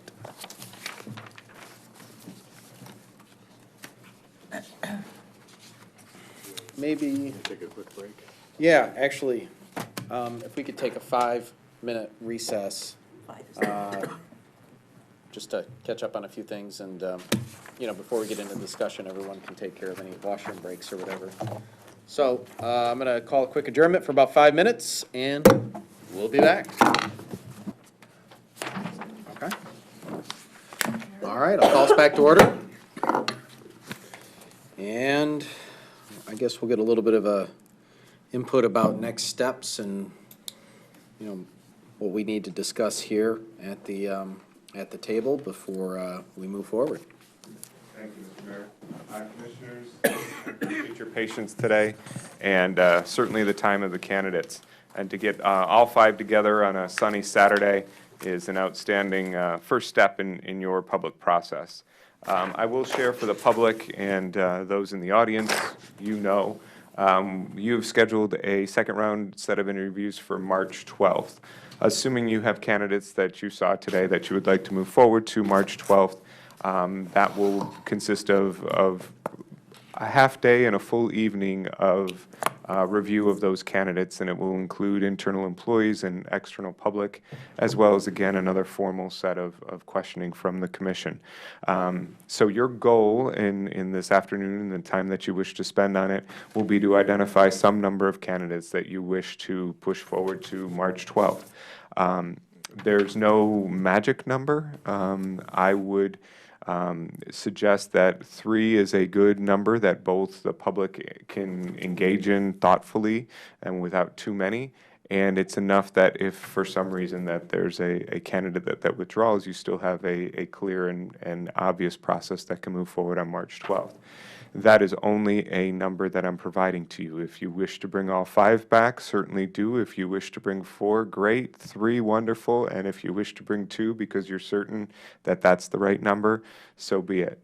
I would encourage you to, or not encourage you, we have set this second round with expectation for public input. So the goal is to identify those top candidates. You may deliberate in any method that you find most efficient for your body. I would encourage you to stay to the candidates that you wish to bring back and focus your comments to those, and then ultimately make a motion with specific candidates that you wish to bring back. And if there are candidates that you need to criticize in any way, of course, this is a public meeting. Just keep your comments with that in mind. That's all that I have, unless you have any questions for me or would like further guidance from in facilitating a discussion. Yeah, so a question maybe about your experience immediately identifying who those candidates are going to go to the next round versus, we have a city commission meeting on Monday. The film of today's meeting, I know we're getting done as soon as possible. We're gonna get it out to the public so the public can see all the interviews. And maybe some of us want to process and look at resumes again, on a personal level before having discussion. Is there an issue or risks associated with waiting till our Monday night meeting and making the decision then, as far as and having that discussion at that meeting? Or are we indifferent, or what's your opinion on that, James? The facts that you have right now, and the fact that you have the meeting this immediate Monday, and you're not scheduled till March 12th to have your second round, I think those two facts allow you that opportunity if you wish to review the tape, if you wish to review resumes and make the decision during your meeting on Monday on the candidates you wish to bring back. I see no risk in that. My answer would be different if we were more closely tied of that date of the second round of interview, and if your meeting wasn't immediately Monday evening. So you're free to, without risk in my mind, choose either option. Okay. Commissioner Douglas? So I am interested, I would like feedback from city employees, department heads, to be meaningful. And if we have a meet and greet on March 12th where the department heads and the public meet and greet our finalists, how do we are we planning to make a final decision on March 12th? Because, I think that's a crucial element in this decision. You will have two options on March 12th. First, there will be time between the employee engagement, the public engagement, and your meeting, so that just like you received the card feedback type tonight, you will receive a very similar card type feedback, many more cards though, prior to engaging in the interviews themselves with the candidates. So there would be an opportunity to review that and even ask follow-up questions if you need to of candidates based on the feedback during the day on the 12th. Certainly on the 12th, commissions and councils handle it many different ways. Often the decision is deferred to a future meeting so that you can again review the tapes, and since it's the projected final round, it's certainly fine if you wish to engage with the department heads in another way other than comment cards between the meetings. So you can certainly, many communities would make that decision on the 12th based on the feedback received on cards and the interviews, and you're ready. Or you can say we would like to handle it at a date certain that following Monday or whatever may be appropriate. So there's no script to that one. Just to follow up, just to follow up on James' comment too, just like we have a meeting upcoming 2 days from now, next coming Monday night. Our next meeting after the second round of interviews on the 12th will be the following Monday, the 16th. So it will be basically as close as it can be, short of a special meeting, so. So that we have the same option afforded to us like we do here, to take that feedback, process it over 4 days, and make a decision on the commission meeting. After the second round, that's correct. Absolutely. And if I may, the risk is just that time that goes by in both the minds of the candidates and in the just the perception of making a decision. But with the timing of your meetings, I again don't see that a risk for a March 12th, March 16th layover either. Okay. Mr. Macy? I was thinking the same thing that Commissioner Douglas was thinking about the next round, and it seems like too short of a window for us to make a decision based on that feedback without enough chance to process it. I actually feel a little bit differently about this one. I don't know that we're going to get much other feedback than we've already received between now and Monday. So I feel like I'm more ready to make a decision now, and I do feel like on the next time around, I might want to take some time, and it might make sense maybe to schedule some kind of a gathering with the department heads or the employees who want to give us feedback in person, something they don't want to write. I don't know. I just thought there might be another opportunity there. But today, I'm actually ready to proceed. Commissioner Lasser? Do we know when the YouTube video will be available? I talked to Richard Wilson on the lunch break. He said possibly today, but I think tomorrow is a safer bet than today, because it takes him a while. We're not even done with the meeting yet, and then once the meeting is over, then he has to actually download it into the system before he can load it. So he said could be later today, but he was more comfortable with tomorrow. Commissioner Perush? I agree with Commissioner Macy. I have no problem with waiting until Monday if people want to take another look at the tape or whatever. But I'm ready to make some choices as to what we do and then move on to the next phase. But I also agree that after all of the activity that was going to occur on the 12th. We're going to need some additional time after that, and waiting until the 16th makes a great deal of sense. I don't have any strong objections until waiting until Monday to make our decisions as to who we bring back, but I personally am ready to make that decision. Anybody else?